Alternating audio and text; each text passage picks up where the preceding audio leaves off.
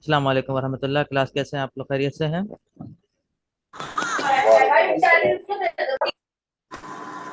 चलिए क्लास हम स्टार्ट करते हैं अपनी क्लास आज के अपने टॉपिक से। हमारा मैं स्क्रीन शेयर करता हूं आप लोगों के साथ।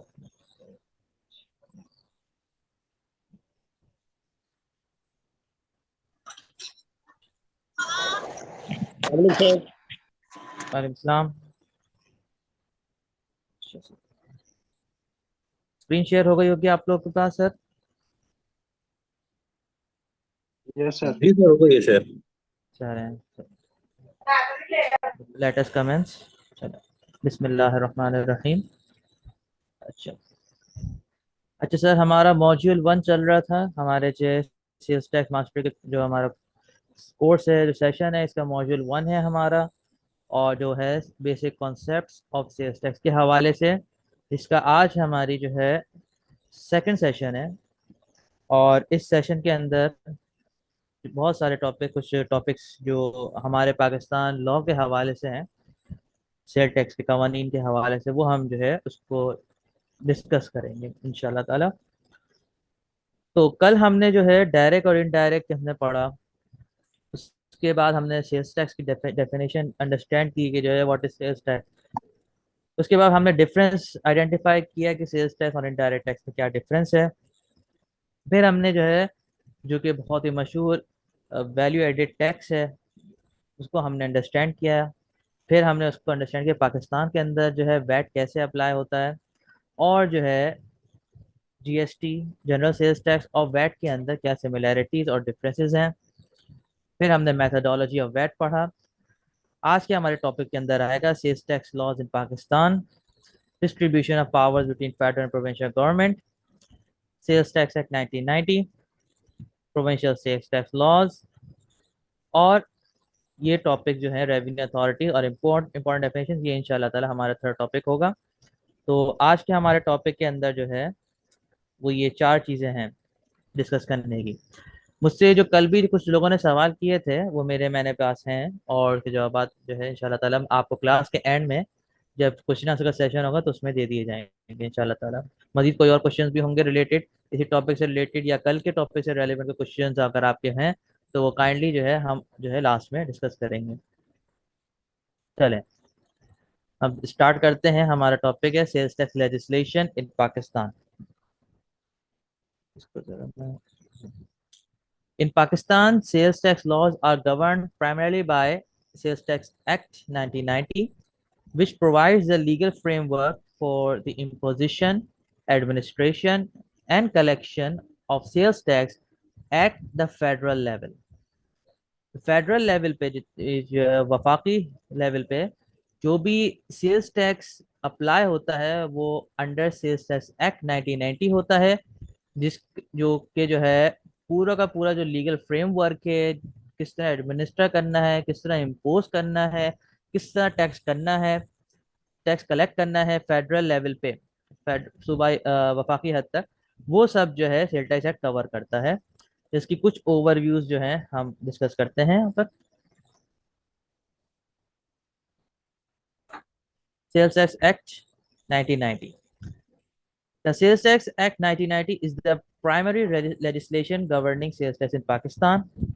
It covers the levy of sales tax on sale, import, export, and supply of goods and services. इन सबको कवर करता है ये सेल टैक्स एक्ट। और the act defines various terms related to sales tax, outlines the taxable activity, specifies the tax rates, exemptions, zero rating provisions, and sets forth procedures for registration, return filing, payment of tax, audit, enforcement, and dispute resolutions. Sales tax act के अंदर जो है cell tax act के हवाले से बहुत सारी terms को डिफाइन किया गया है, और वो जो है आउटलाइन करता है, हाईलाइट करता है जो है स्पेसिफिक चीज़ों को, टैक्सेबल एक्टिविटीज़ क्या होती हैं, टैक्स रेट स्पेसिफाई करता है कि बहुत जो टैक्स रेट जो गिवन है लॉ के अंदर, और एग्जेम्पशंस हैं, जीरो रेटिंग हैं, और उसके साथ साथ जो रूल्स और रेगुलेशंस या प्रोसीजर्स बनाए जाते हैं कि जो है कि कौन सी चीज़ है तो अब उसको किस तरह करना है, वो जो रूल्स होते हैं या प्रोसीजर होते हैं, रजिस्ट्रेशन हो गए, या रजिस्ट्रेशन का जो है लॉ के अंदर दिया हुआ है कि रजिस्ट्रेशन करानी है, वो करानी कैसे है, वो रूल्स प्रोसीजर्स वो डिफाइन करते हैं, वो आप मजीद एक्सप्लेन करते हैं, रेगुलेशंस बताते हैं।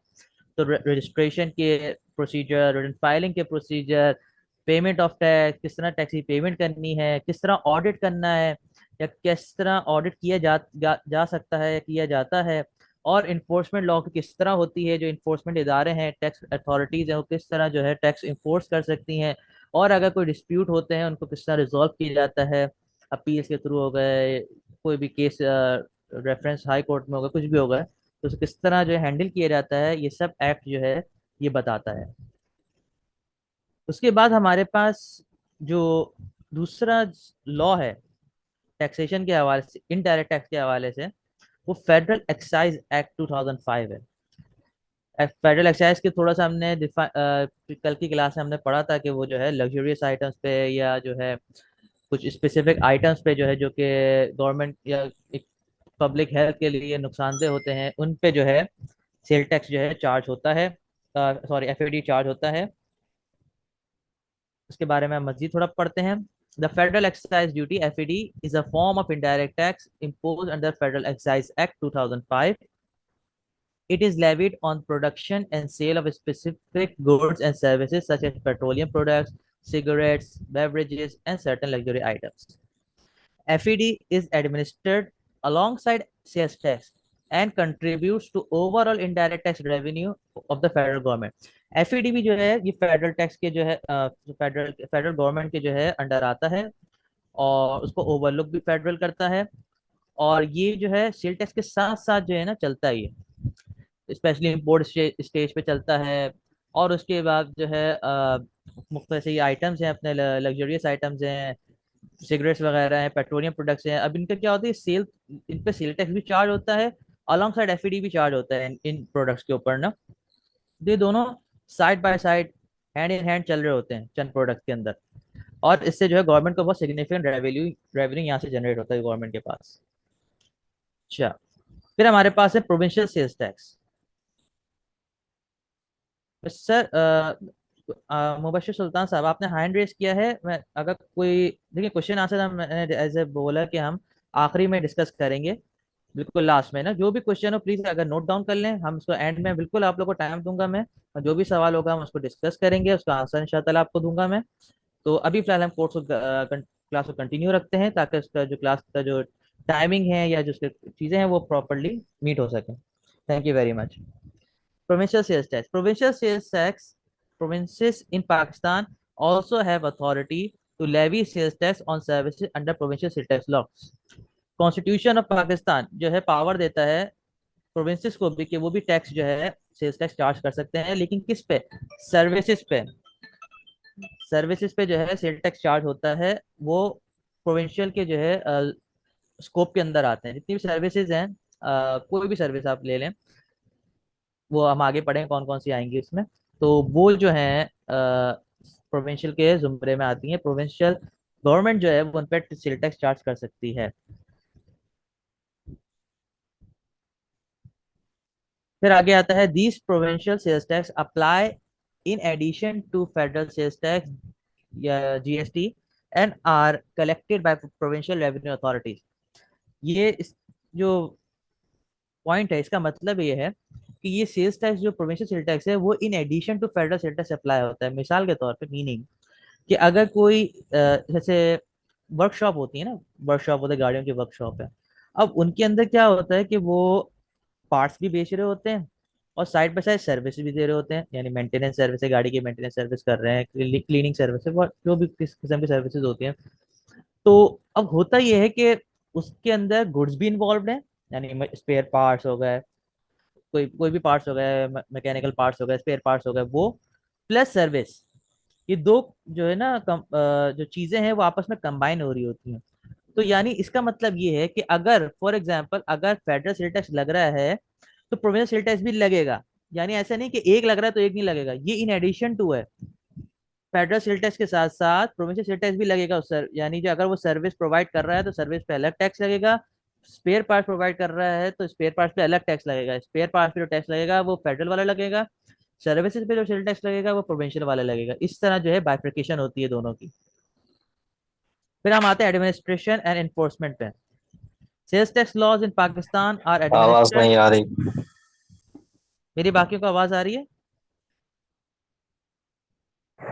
बिल्कुल क्लियर है सर। बिल्कुल क्लियर है सर।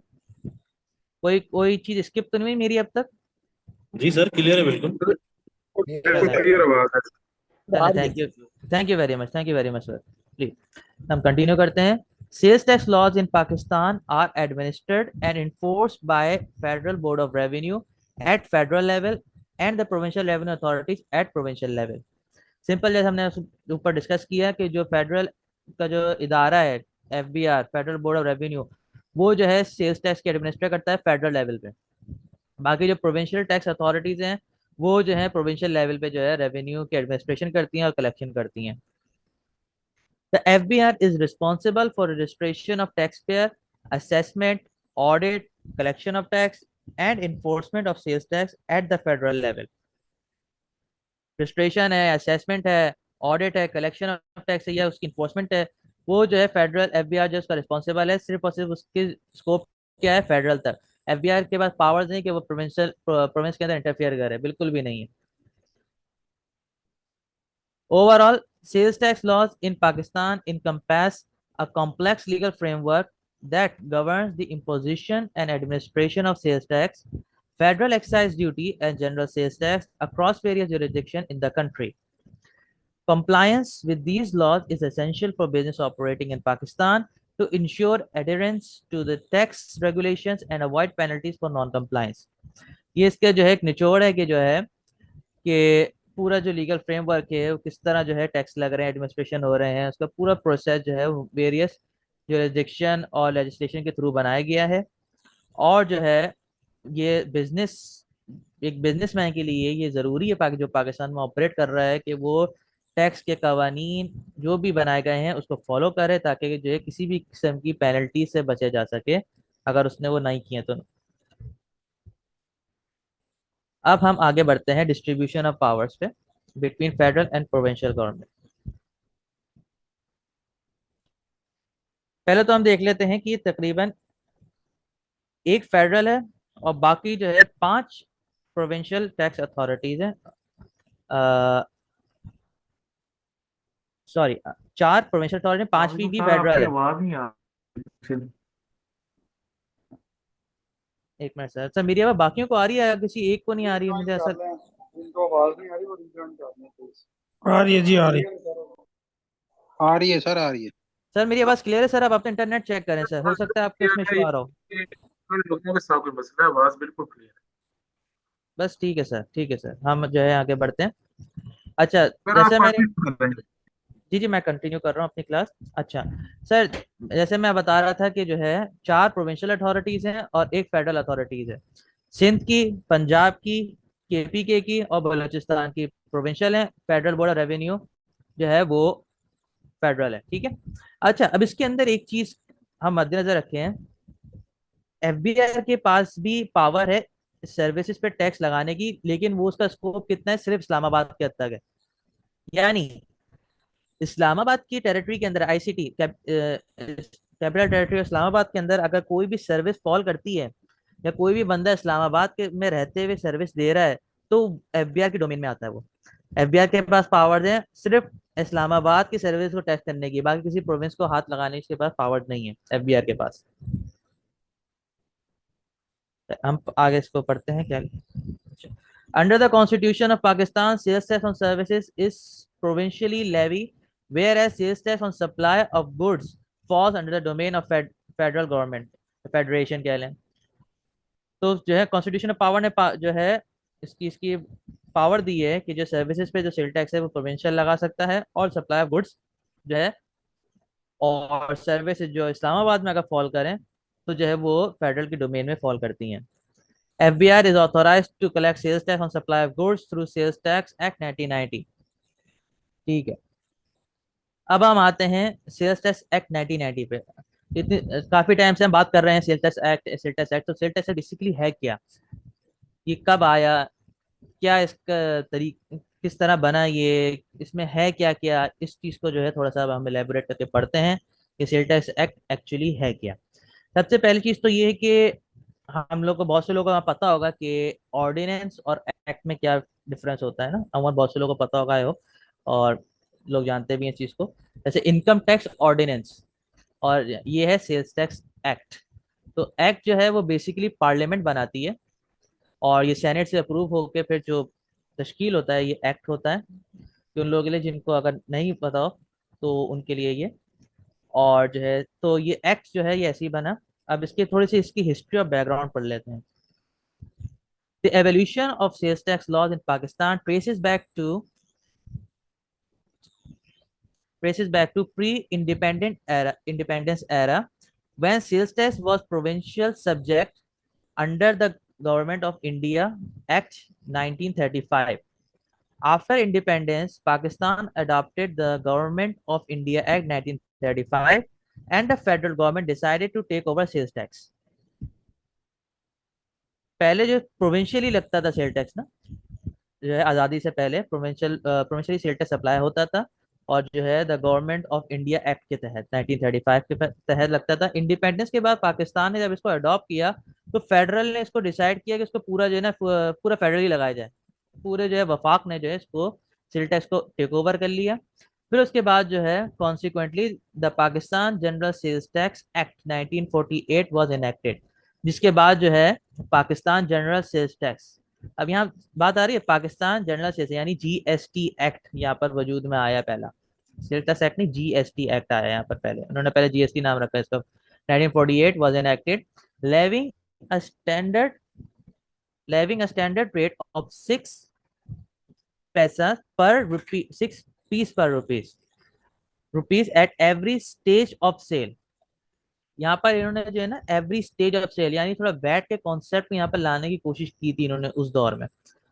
और with the exemptions of dealers with annual turnover of 5000, यानी जिसका भी एनुअल टर्नओवर 5000 होता था उस पे जो है एग्जेम्पशन, डीलर पे एग्जेम्पशन हुआ करती थी उस दौर में। उसके बाद क्या हुआ फिर, following concerns regarding the multiple point tax system, इसको जो नाम दिया यानी जो हर स्टेज पे टैक्स उस वक्त लग रहा था, उस पर जाने वैट तो इंट्रोड्यूस नहीं हुआ था, तो इसको नाम दिया था multiple point tax system. A sales tax committee was appointed to make recommendation. This led to the enactment of the present Sales Tax Act 1951, which came into force in 1951. Initially administered by Income Tax Department, the administration of sales tax was transferred to the Central Excise and Customs Department in 1981. Sale tax committee बनाई गई जब ये मसाइल को सामने आए, फिर उसके बाद जो है उसने जो है इसको बना, पहले वजूद में आया क्या, सेल्स टैक्स एक्ट 1951 आया। और जो है उसको एडमिनिस्टर कौन करता था, इनकम टैक्स डिपार्टमेंट करता था। फिर इसके बाद उसका ट्रांसफर हो गया central excise and custom department में 1981 के अंदर। फिर an amendment in 1960 address the issue of charging sales tax on importation and exportation, ensuring taxation on consumption. Subsequently, the new Sales Tax Act was drafted to enhance the revenue generation. However, resistance from trade circles prompted a unique legislative approach, incorporating a new enactment as part of Finance Act 1990. Section 13 of the Finance Act 1990 substituted the previous sales tax with the new provisions. अब हुआ ये 1960 के अंदर जो है sale tax के अंदर जो है ये चेंजेस लाए गए कि इंपोर्ट और एक्सपोर्ट पे भी टैक्स लगाया जाए। और फिर उसके बाद जो है सेल टैक्स एक्ट जो है नया सेल टैक्स एक्ट ड्राफ्ट किया गया रेवेन्यू जनरेशन के हवाले से। लेकिन जो हमारे ट्रेड सर्कल्स हैं उनके अंदर से कुछ इश्यूज सामने, रेजिस्टेंस फेस की उन्होंने, और उसकी वजह से ये नया लेजिस्लेशन जो है फाइनेंस एक्ट 2019 के अंदर एक नई जो है जो सेल टैक्स एक्ट जो पुराना वाला था 1951 का, उसके अंदर नए प्रोविजंस जो है डाले गए। और उसके बाद जो है जो सेल टैक्स आया वो आया यहाँ लिखता है the finance act 1990 came into force on July 1st 1990 with the sales tax amendment act 1990। Sale tax act amendment इसलिए नए प्रोविजंस ऐड किए थे तो उसका नाम इन्होंने जो है सेल टैक्स अमेंडमेंट एक्ट रखा था उस दौर में। In force from November 1st, 1990, subsequently named as Sales Tax Act 1990 under Finance Act 1991. जब फाइनेंस एक्ट 1991 आया तो उसमें सेल टैक्स अमेंडमेंट एक्ट को हटा के जो है सेल टैक्स एक्ट पूरा रख दिया गया, और ये पूरी एक लेजिस्लेशन फाइनल बना के रख दी, जो कि आज तक हमारे पास चल रही है। अब इसमें मजीद जो नए एडिशन या डिलीशन होते रहते हैं। This legislative journey reflects the adaptation and refinement of CSS laws in Pakistan to meet evolving economic needs and policy consideration. Pakistan के अंदर जाहिर सी बात है, शुरू से इकोनॉमिक क्राइसिस, मुख्तलिफ चैलेंजेस जो पाकिस्तान ने थ्रू आउट आज़ादी के बाद जो फेस किए हैं, इंडिपेंडेंस के बाद, तो ये सब चीज़ें आहिस्ता आहिस्ता जो है ना फॉर्म होती गई, नए लॉज बनते गए। तो ये आहिस्ता आहिस्ता जाहिर सी बात है इकोनॉमिक नीड्स को पूरा करने के लिए कुछ पॉलिसी चेंज हुई, इंटरनेशनल चेंज हुए, लेवल पे पॉलिसी चेंज हुई, वैट इंट्रोड्यूस हुआ। तो उन सब चीज़ों को मद्देनजर रखते हुए पाकिस्तान का जो टैक्स है, सेल टैक्स लॉ था, वो इवॉल्व होते होते आज हमारे सामने सेल टैक्स एक्ट 1990 की सूरत में मौजूद है। ये इसकी एक थोड़ी सी हिस्ट्री थी। अच्छा, जैसे हमने लास्ट पढ़ा कि इसको जो इनेक्ट हुआ, ये कमेंसमेंट हुई इसकी, वो हुई 1 नवंबर 1990 के अंदर, by virtue of notification 1101/90 dated 28 October 1990। Prospective in nature. अच्छा, रेट्रोस्पेक्टिव और प्रोस्पेक्टिव का नेचर मैं थोड़ा सा डिफाइन कर दूं। ये एक टर्म होती है, रेट्रोस्पेक्टिव कहते हैं कोई भी लॉ आता है और उसके ऊपर अगर लिखा होगा ये रेट्रोस्पेक्टिव है, इट मींस के लॉ भले ही 1990 से, यहाँ सेल्टेक्स की बात कर रहा हूँ, अगर ये 1990 में आया है लेकिन इसकी जो जो अप्लाई होगा वो पहले से होगा। यानी जब ये था भी नहीं तब से जो है ना, इसकी हम अज्यूम करेंगे कि ये तब से था, और इसकी जो है ना इसकी जो इम्प्लीकेशन है वो उस वक्त के जो कवानीन थे उस पर भी होगी। ये रेट्रोस्पेक्टिव इन नेचर होता है। और प्रोस्पेक्टिव ये होता है कि जब वो एक्ट आया उस दिन के बाद से जो है ये इनेक्ट हुआ है, तो उससे पहले जितनी भी चीजें हुई वो इसके अंदर वो फॉल नहीं करती। यानी जो भी कोई आपका नोटिस आया हुआ है या कुछ भी आपके कोई केस चल रहा है पुराने एक्ट के तहत, और जो है ना एक नया एक्ट आ गया है, तो आपका जो अगर प्रोस्पेक्टिव नेचर है तो आपका जो फैसला होगा वो पुराने जो एक्ट है उसी की बेस पे होगा, ना कि जो नया एक्ट आया है उसकी बेस पे होगा। अगर ये रेट्रोस्पेक्टिव होता तो जो नया एक्ट के तहत ही आपके पुराने केस का फैसला होता।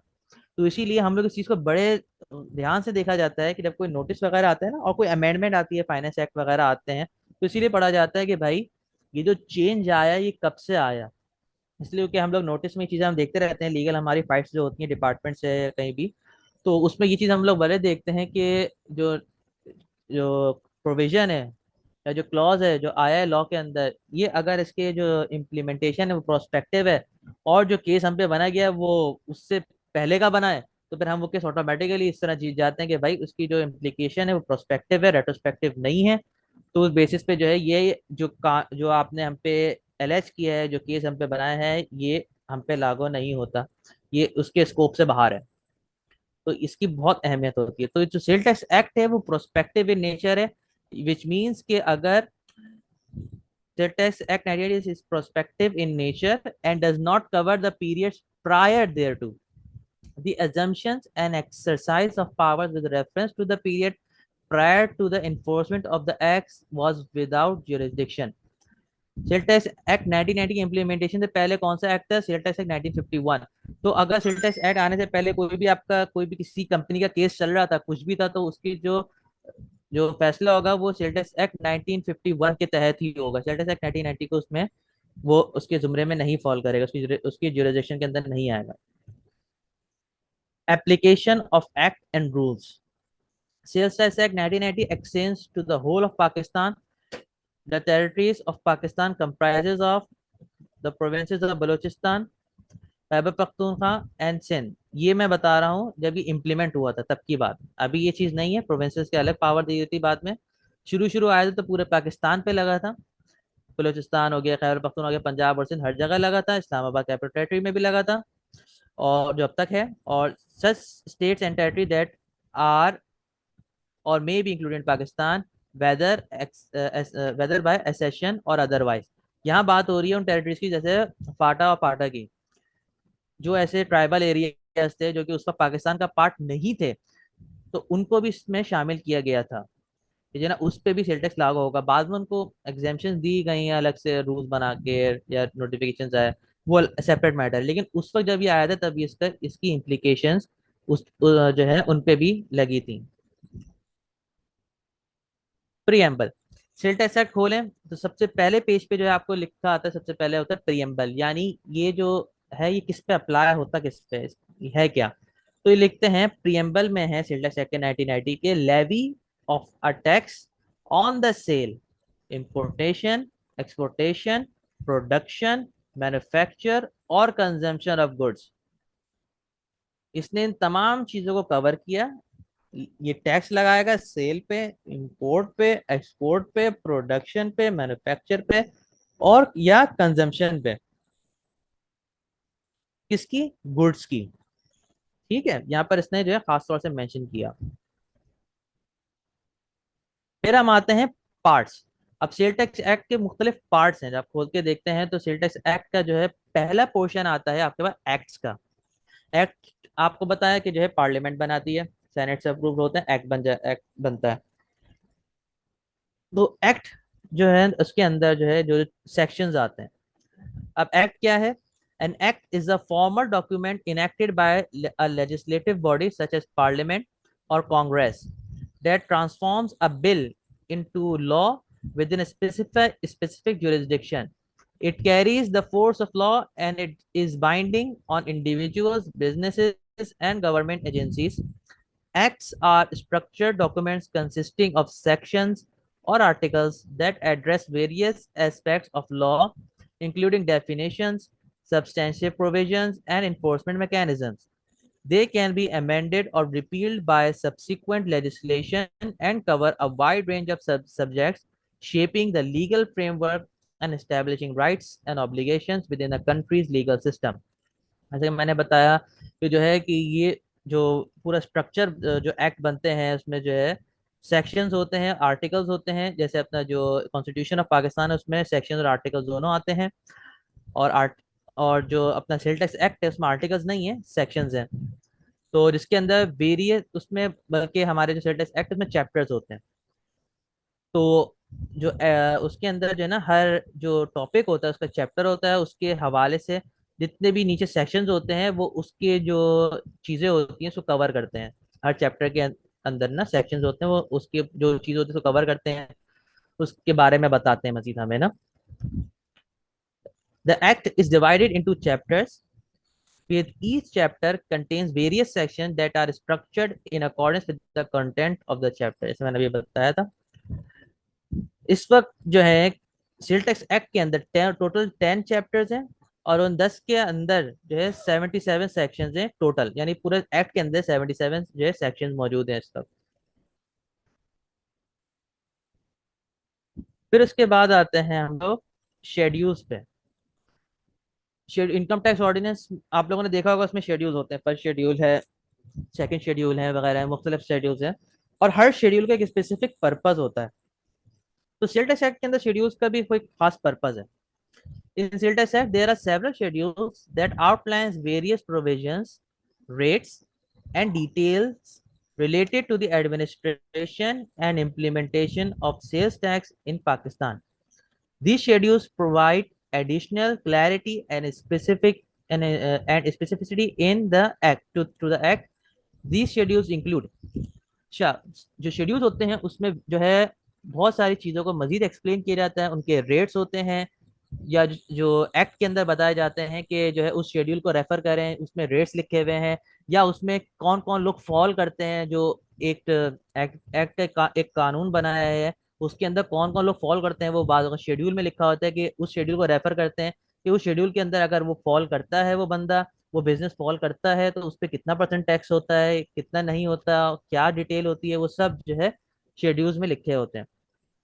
अच्छा, अब हम आते हैं शेड्यूल, जो सेल टैक्स एक्ट के अंदर कौन कौन से हैं। पहला तो हमारे पास थर्ड शेड्यूल। इसमें मैं बता दूं, फर्स्ट शेड्यूल और सेकंड शेड्यूल यहाँ इसलिए नहीं लिखा कि वो ओमिट हो चुके हैं, वो है नहीं। तो यहाँ से वो शेड्यूल में मैंने लिखे हैं जो कि इस वक्त एक्टिव है सेल टैक्स एक्ट के अंदर, जो कि ओमिट हो चुके हैं वो मैं यहाँ नहीं लिखता है मैंने। पहला था थर्ड शेड्यूल। थर्ड शेड्यूल है रिटेल सप्लाईज पे। जो भी रिटेल उसमें जो है लिस्ट दी हुई है कि ये रिटेल प्रोडक्ट्स हैं, ये प्रोडक्ट्स हैं जो कि रिटेल बेसिस पे, एमआरपी बेसिस पे इन पे टैक्स चार्ज किया जाएगा, यानी मैन्युफैक्चरिंग स्टेज पे इसका टैक्स पे कर दिया जाएगा। फिर उसके बाद हम आते हैं फिफ्थ शेड्यूल पे। फिफ्थ शेड्यूल आता है जीरो रेटेड सप्लाईज पे। फिर उसके बाद सिक्स शेड्यूल है हमारे पास एग्जेम्पशंस का। कोई भी जो goods, supply of goods exempt हैं, वो हम सिक्स शेड्यूल में देखते हैं। एट शेड्यूल रिड्यूस रेट्स के हवाले से। Nine schedule cellular, satellite mobile phone और सिम्स के हवाले से। जो मोबाइल वगैरह पे जो सेल टैक्स चार्ज होता है, सिम्स पे चार्ज होता है, वो नाइन शेड्यूल के तहत होता है। Ten schedule fix rates on supplies of BRICS. ईटो का जो है, ईटो की सप्लाई पे, ब्रिक्स की सप्लाई पे जो एक फिक्स रेट जो है लगाया गया है, तो उसमें मुख्तलिफ प्रोडक्शन के हवाले से कि इतने बनेंगी, इतनी होंगी, तो उस पर इतना जो है टैक्स देना पड़ेगा। वो फिक्स बेसिस पे टैक्स है, तो इस उस पे जो है 10 शेड्यूल बनाया गया है। फिर 11 schedule sale tax with holding के लिए। सेल टैक्स विद होल्डिंग के कवानीन को जो है उसके उसके जुम्रे में कौन कौन फॉल करता है, कौन कौन नहीं करता है, वो सब 11 शेड्यूल में लिखा हुआ है। 12 schedule 3% value addition tax on import. 12 schedule के अंदर जो आइटम्स लिखे हुए हैं उसका ये है कि अगर वो आइटम्स 12 शेड्यूल में फॉल करते हैं, तो उन पे जो इम्पोर्ट स्टेज के ऊपर 3% वैल्यू एडेड टैक्स चार्ज होता है, in addition to sales tax. इसका बाद में बेनिफिट बताऊं इसमें, बल्कि अभी बता भी देता हूँ, इसको बाद में और क्लैरिफाई हो जाएगा। इसका इसका बाद में हमें क्लेम मिल जाता है। 3% जो वैल्यू एडेड टैक्स पे करता है, उसको बाद में उसका क्लेम मिलता है। 13 शेड्यूल मिनिमम प्रोडक्शन। ये आपका उसमें आता है स्टील, ज़्यादातर ये स्टील मैन्युफैक्चरिंग पे, शिप ब्रेकर्स पे, ये इन जैसे कुछ आइटम्स हैं या ऐसी कुछ गुड्स हैं जिनकी मिनिमम प्रोडक्शन पे जो टैक्स चार्ज होता है ना, वो 13 शेड्यूल में आता है। ज़्यादा नहीं है, गिनती गई है ये। तो टोटल इस वक्त ये शेड्यूल है: third, fifth, six, eight, nine, 10, 11, 12, 13। ये शेड्यूल्स हैं जिन पे जो है, जिनकी बेसिस पे जो है सेल टैक्स के मुख्तलिफ रेट्स हैं, मुख्तलिफ जो है कंडीशंस हैं, जो कि जो है टैक्सेशन अप्लाई होती है इन पे। फिर आते हैं हम अगले उस पे, रूल्स एंड रेगुलेशंस। अच्छा, रूल्स एंड रेगुलेशन की जहाँ तक बात है, एक होता है एक्ट, तो हमने पढ़ लिया एक्ट क्या होता है। अच्छा, रूल्स और रेगुलेशन जो है ये कौन बनाता है? रूल्स और रेगुलेशन बनाता है बोर्ड। बोर्ड से मेरा मतलब है टैक्स अथॉरिटी, यानी एफबीआर। एफबीआर की अगर मैं बात करूं या किसी प्रोविंशियल टैक्स अथॉरिटी की भी बात करूं, तो उसमें कोई सी प्रोविंशियल टैक्स अथॉरिटी ले लें, एसआरबी ले लें, सिंध रेवेन्यू बोर्ड ले लें, पंजाब रेवेन्यू अथॉरिटी ले लें, कुछ भी ले लें। होता यह है कि एक्ट के अंदर जो है स्पेसिफिक पावर दी जाती है। किसी भी एक्ट के अंदर कोई भी सेक्शन होता है, कोई भी चैप्टर होता है, उसके अंदर पावर दी जाती है कि इसके हवाले से कोई भी रूल या प्रोसीजर बनाने की हम ताकत देते हैं टैक्स अथॉरिटी को, बोर्ड को पावर देते हैं। जो जब तक पावर नहीं होती, बोर्ड उस पे जो है ना कोई भी रूल रेगुलेशन बना नहीं सकता। तो एक्ट के अंदर पावर होगी तो रूल्स बनेंगे। जैसे कि रजिस्ट्रेशन है, अब रजिस्ट्रेशन का सेक्शन लिखा हुआ है कि जो है सेक्शन जो है ये मेन मेन चीजों को बताता है सेक्शन ना। अब उसको रजिस्ट्रेशन करानी किस तरह है, क्या क्या डॉक्यूमेंट्स चाहिए, वो उसमें कहता है कि जो बोर्ड जो है बताएगा। रू बाय रूल्स और नोटिफिकेशन इशूड देयर अंडर करके कुछ भी ऐसा लिखता है वो, तो जो है अ, फिर रूल्स आते हैं। रूल्स जो है उसको क्लैरिफाई करते हैं मजीद कि भाई ये चीजें थी, रजिस्ट्रेशन के हवाले से बात हो रही है, तो जो है इसमें ये बंदा रजिस्टर होंगे, और जो है ये डॉक्यूमेंट्स आएंगे, मैन्युफैक्चरर को ये डॉक्यूमेंट मजीद सबमिट करने होंगे, या जो है मजीद चीजें आएंगी। ये सब चीजें जो होती हैं, या रिटर्न फाइलिंग की, रिटर्न किस तरह सबमिट करना है, कौन से एनेक्जर्स हैं, कौन से एनेक्जर में क्या चीज डालनी है, सेल कहाँ डालनी है, परचेज कहाँ डालनी है, ये सब चीजें जो होती हैं रूल्स और रेगुलेशन में डिफाइन होती हैं, एक्ट में नहीं होती। रूल्स और regulations, rules and regulations made under an act. यहाँ पर वर्ड आ रहा है अंडर एन एक्ट। ये इन एडिशन नहीं बनते, ये अलग से, इनकी कोई वो नहीं है, एक्ट के अंदर ही बनते हैं। Serve to provide detailed guidance and instruction for the implementation and enforcement of provisions laid down in the act.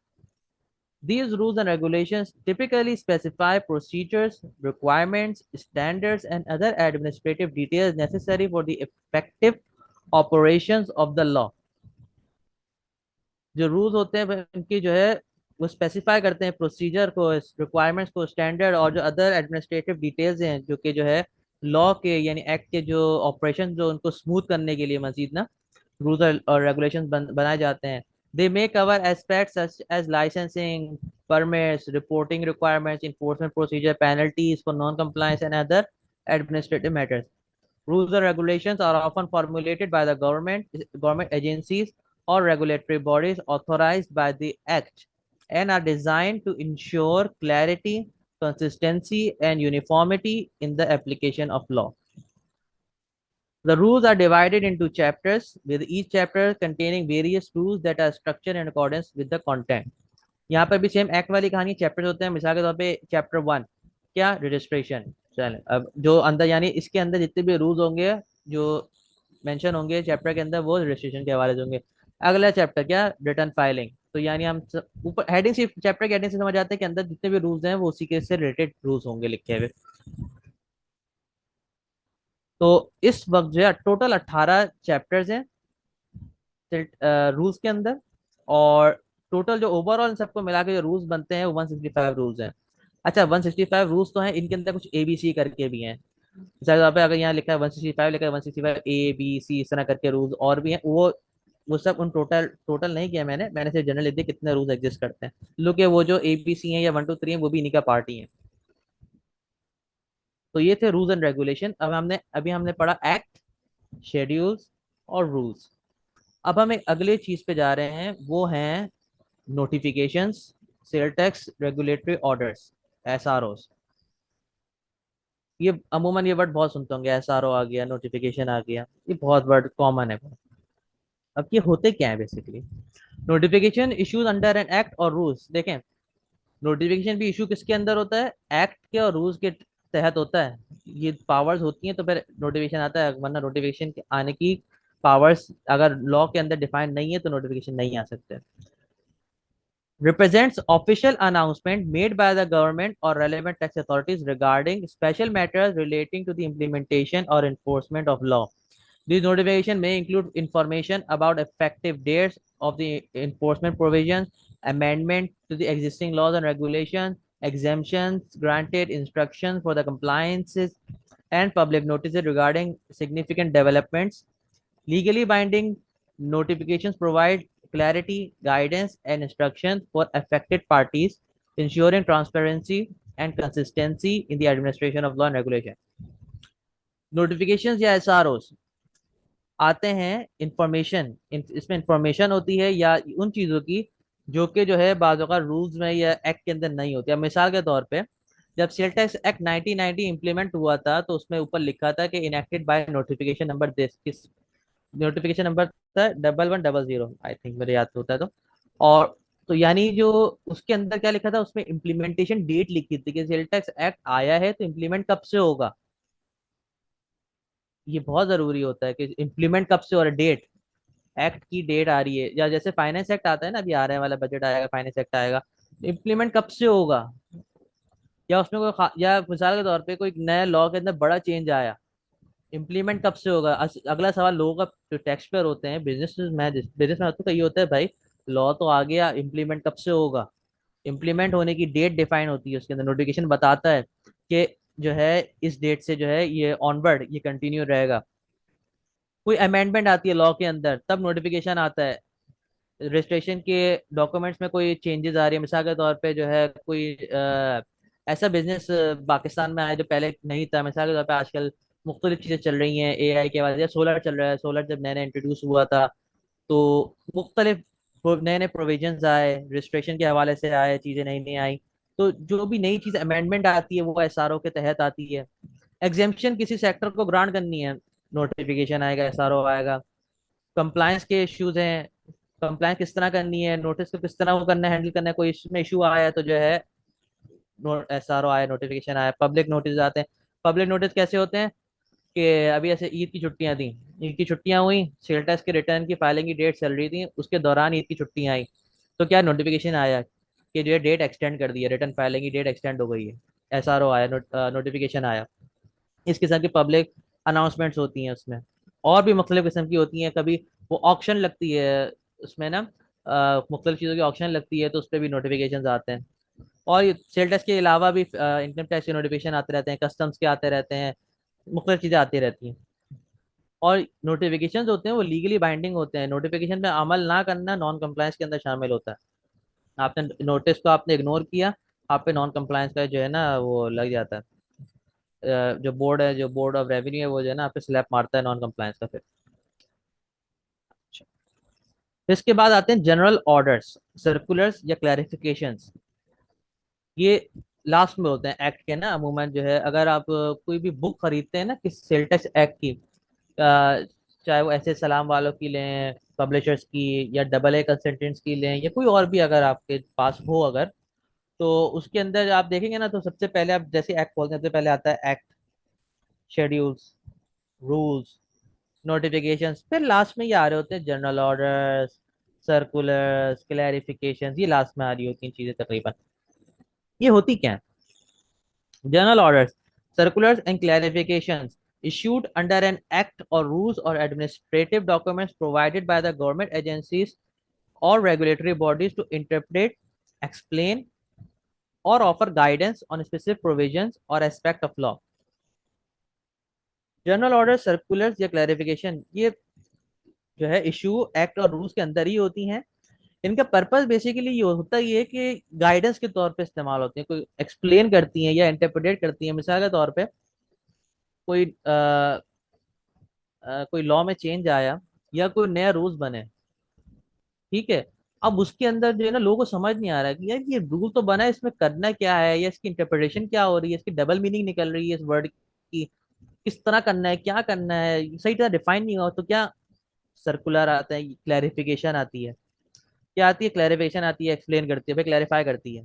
Circulars आते हैं, जनरल ऑर्डर्स आते हैं, वो इस तरह की चीजों को ना स्पेसिफाई कर रहे होते हैं, मजीद एक्सप्लेन कर रहे होते हैं, गाइडेंस दे रहे होते हैं।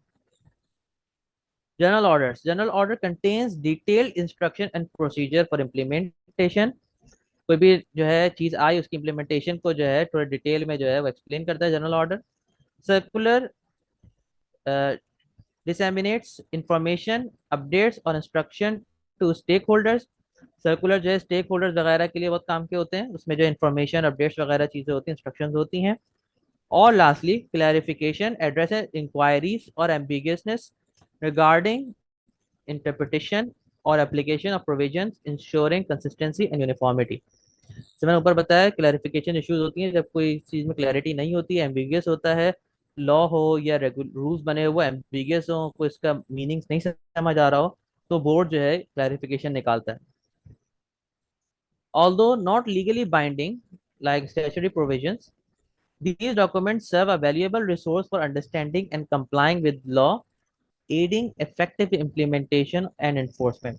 ये लीगली बाइंडिंग तो नहीं होते लेकिन जो है आपको आइडिया दे देते हैं, और बाज़ औक़ात इनके जो वर्ड होते हैं वो बहुत क्लियर होते हैं, इतने क्लियर होते हैं कि अगर आप उसको ना माने ना तो फिर जो है मतलब अच्छी बात नहीं होती फिर ना। डिपार्टमेंट वाले भी कहते हैं इतने क्लियर क्लियर हमने लिखा था, बिल्कुल क्लियरली हमने सब चीज़ें डिफाइन कर दी, फिर भी इस बंदे ने जो है उस पर अमल नहीं किया, तो जो है बाद में भी इशू बनता है ये फिर इस चीज़ों पे ना। अगर इनको सही तरह फॉलो नहीं किया, बाइंडिंग नहीं होती लेकिन फिर भी इनको जो है कंसिडर किया जाता है। अच्छा, अब आ जाते हैं हम अपने रेट्स पे। सेल टैक्स के मुख्तलिफ रेट्स हैं जिसको हम डिस्कस करते हैं इधर। The rate of sales tax under Sales Tax Act 1990 can vary depending on specific goods or services being taxed and any exemptions or reduced rates that may apply. Generally, standard rate of sales tax in Pakistan under Sales Tax Act 1990 is 18%, but certain goods and services may subject to different rates, exemption, or zero rating provisions. Additionally, there may be special rates or concessions for specific industries, regions, और categories of tax pair. General जो rate है पाकिस्तान के अंदर, इसका standard rate जो चल रहा है जीएसटी का, सेल टैक्स का, वो चल रहा है 18%। और इसके अलावा कुछ गुड्स और सर्विसेज जिन पे जो है मुख्तलिफ और टैक्सेस भी लगते हैं, मुख्तलिफ रेट्स हैं टैक्सेस के, यानी एग्जेम्पशन हैं, जीरो रेटिंग है, रिड्यूस रेट है, या जो है और स्पेशल रेट्स हैं। स्पेशल रेट्स होते हैं जो खास इंडस्ट्री को दिए हैं, किसी खास रीजन को, इलाके को दिए गए। मिसाल के तौर पे एक्सपोर्ट प्रोसेसिंग जोन है कि वहां से अगर कोई एक्सपोर्ट करेगा तो उस पर जीरो रेट अप्लाई होगा, वहां से नहीं करेगा उस पर जीरो रेट नहीं लगेगा। या फाटा फाटा के जैसे थे पहले, जब तक वो इसमें शामिल नहीं थे, तो उन पे जो है अलग से जो है उनको एग्जेम्पशंस दी, या उन पे जो है उनको इंसेंटिव्स दिए हुए थे मुख्तलिफ किस्म के।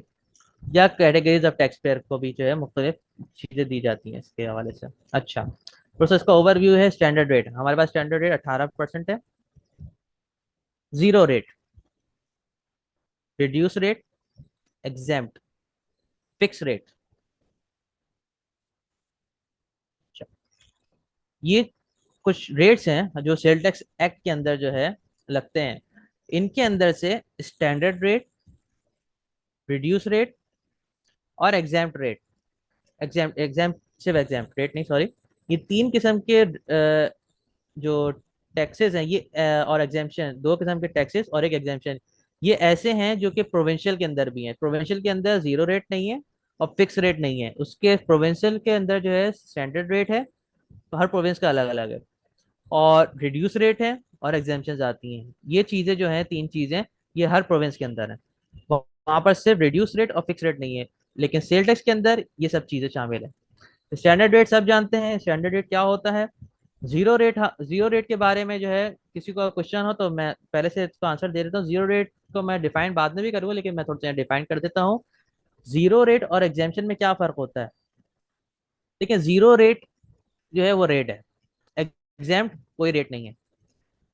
अब क्वेश्चन ये आता है कि जब दोनों ही चीजें जीरो हैं तो जो है फिर उसको रेट क्यों कहते हैं, उसका क्या फायदा है जीरो रेट का, और एग्जाम्पशन का क्या है फिर ना।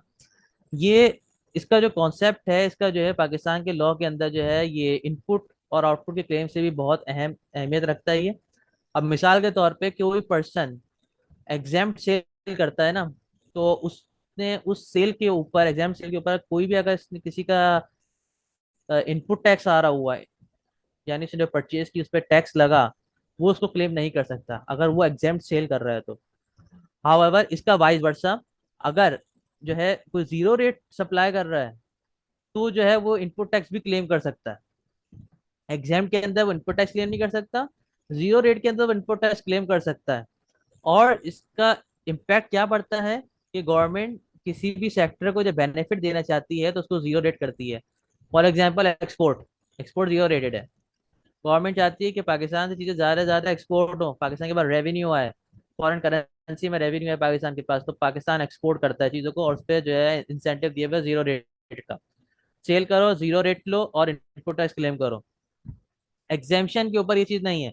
एग्जाम्पशन के ऊपर एग्जाम्प्ट है, ठीक है, एग्जाम्प्ट है, लेकिन तुम इनपुट टैक्स क्लेम नहीं कर सकते इस पर। इसका क्या इम्पैक्ट क्या पड़ता है? इसका इम्पैक्ट ये पड़ता है कि जो एंड कंज्यूमर पे बर्डन आता है, इसका एंड कंज्यूमर बर्डन इस तरह का आता है कि मिसाल के तौर पे कि जो है 100 रुपए की चीज बेच रहा हूँ मैं आगे, और मुझे जो है उसका, उस पर मैंने खरीदते हुए, जब मैंने खरीदा तो मैं जो उस पे जो है ना वो चीज पे मुझे जो है ना मिसाल मुझे वो चीज पड़ी 50 रुपए की ना, 50 रुपए की मैंने चीजें, 50 रुपए का मैंने रॉ मटेरियल लिया, उससे मैंने चीजें बनाई, और अब आगे मैं सेल कर रहा हूँ तो मेरी सेल एग्जाम्प्ट है। तो मुझे ये है कि 50 रुपए पे मैंने जितना टैक्स दिया है वो मुझे रिकवर तो होगा नहीं, मुझे जो है उस पर इनपुट टैक्स क्लेम तो मिलेगा नहीं।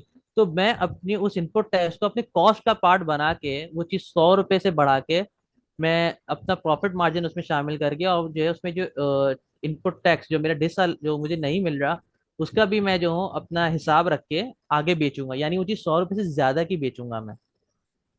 बेचती मुझे 100 रुपए की थी, लेकिन जब ज्यादा से ज्यादा मुझे क्लेम नहीं मिल रहा तो मैं उसको अपनी कॉस्ट का पार्ट बना के आगे सेल करूंगा। जीरो रेट के अंदर क्या होगा कि वो बंदा 100 रुपए की चीज जब बेच रहा होगा तो उसके अंदर उसको ये बेनिफिट होगा कि जो पीछे इनपुट टैक्स वो पे कर चुका है रॉ मटेरियल में, वो क्लेम कर लिया उसने। जब उसने क्लेम कर लिया, वो बिल्कुल जो है उससे नेट ऑफ हो गया, तो वो आगे जब सेल करेगा तो उसको वो एडिशन जो है ना उस पर वो अपना मतलब कॉस्ट का पार्ट नहीं बनाएगा उस इनपुट टैक्स को, और जो है ना वो आगे एंड कंज्यूमर को सेल करेगा तो उसका एंड कंज्यूमर पे इस पर कोई बर्डन नहीं पड़ेगा। वो 100 रुपए की चीज 100 रुपए में ही लेगा। लेकिन एग्जाम्प्ट होगी तो वो जो है महंगी पड़ेगी, और रिड्यूस रेट होगी तो वो जो है नॉर्मल रहेगी।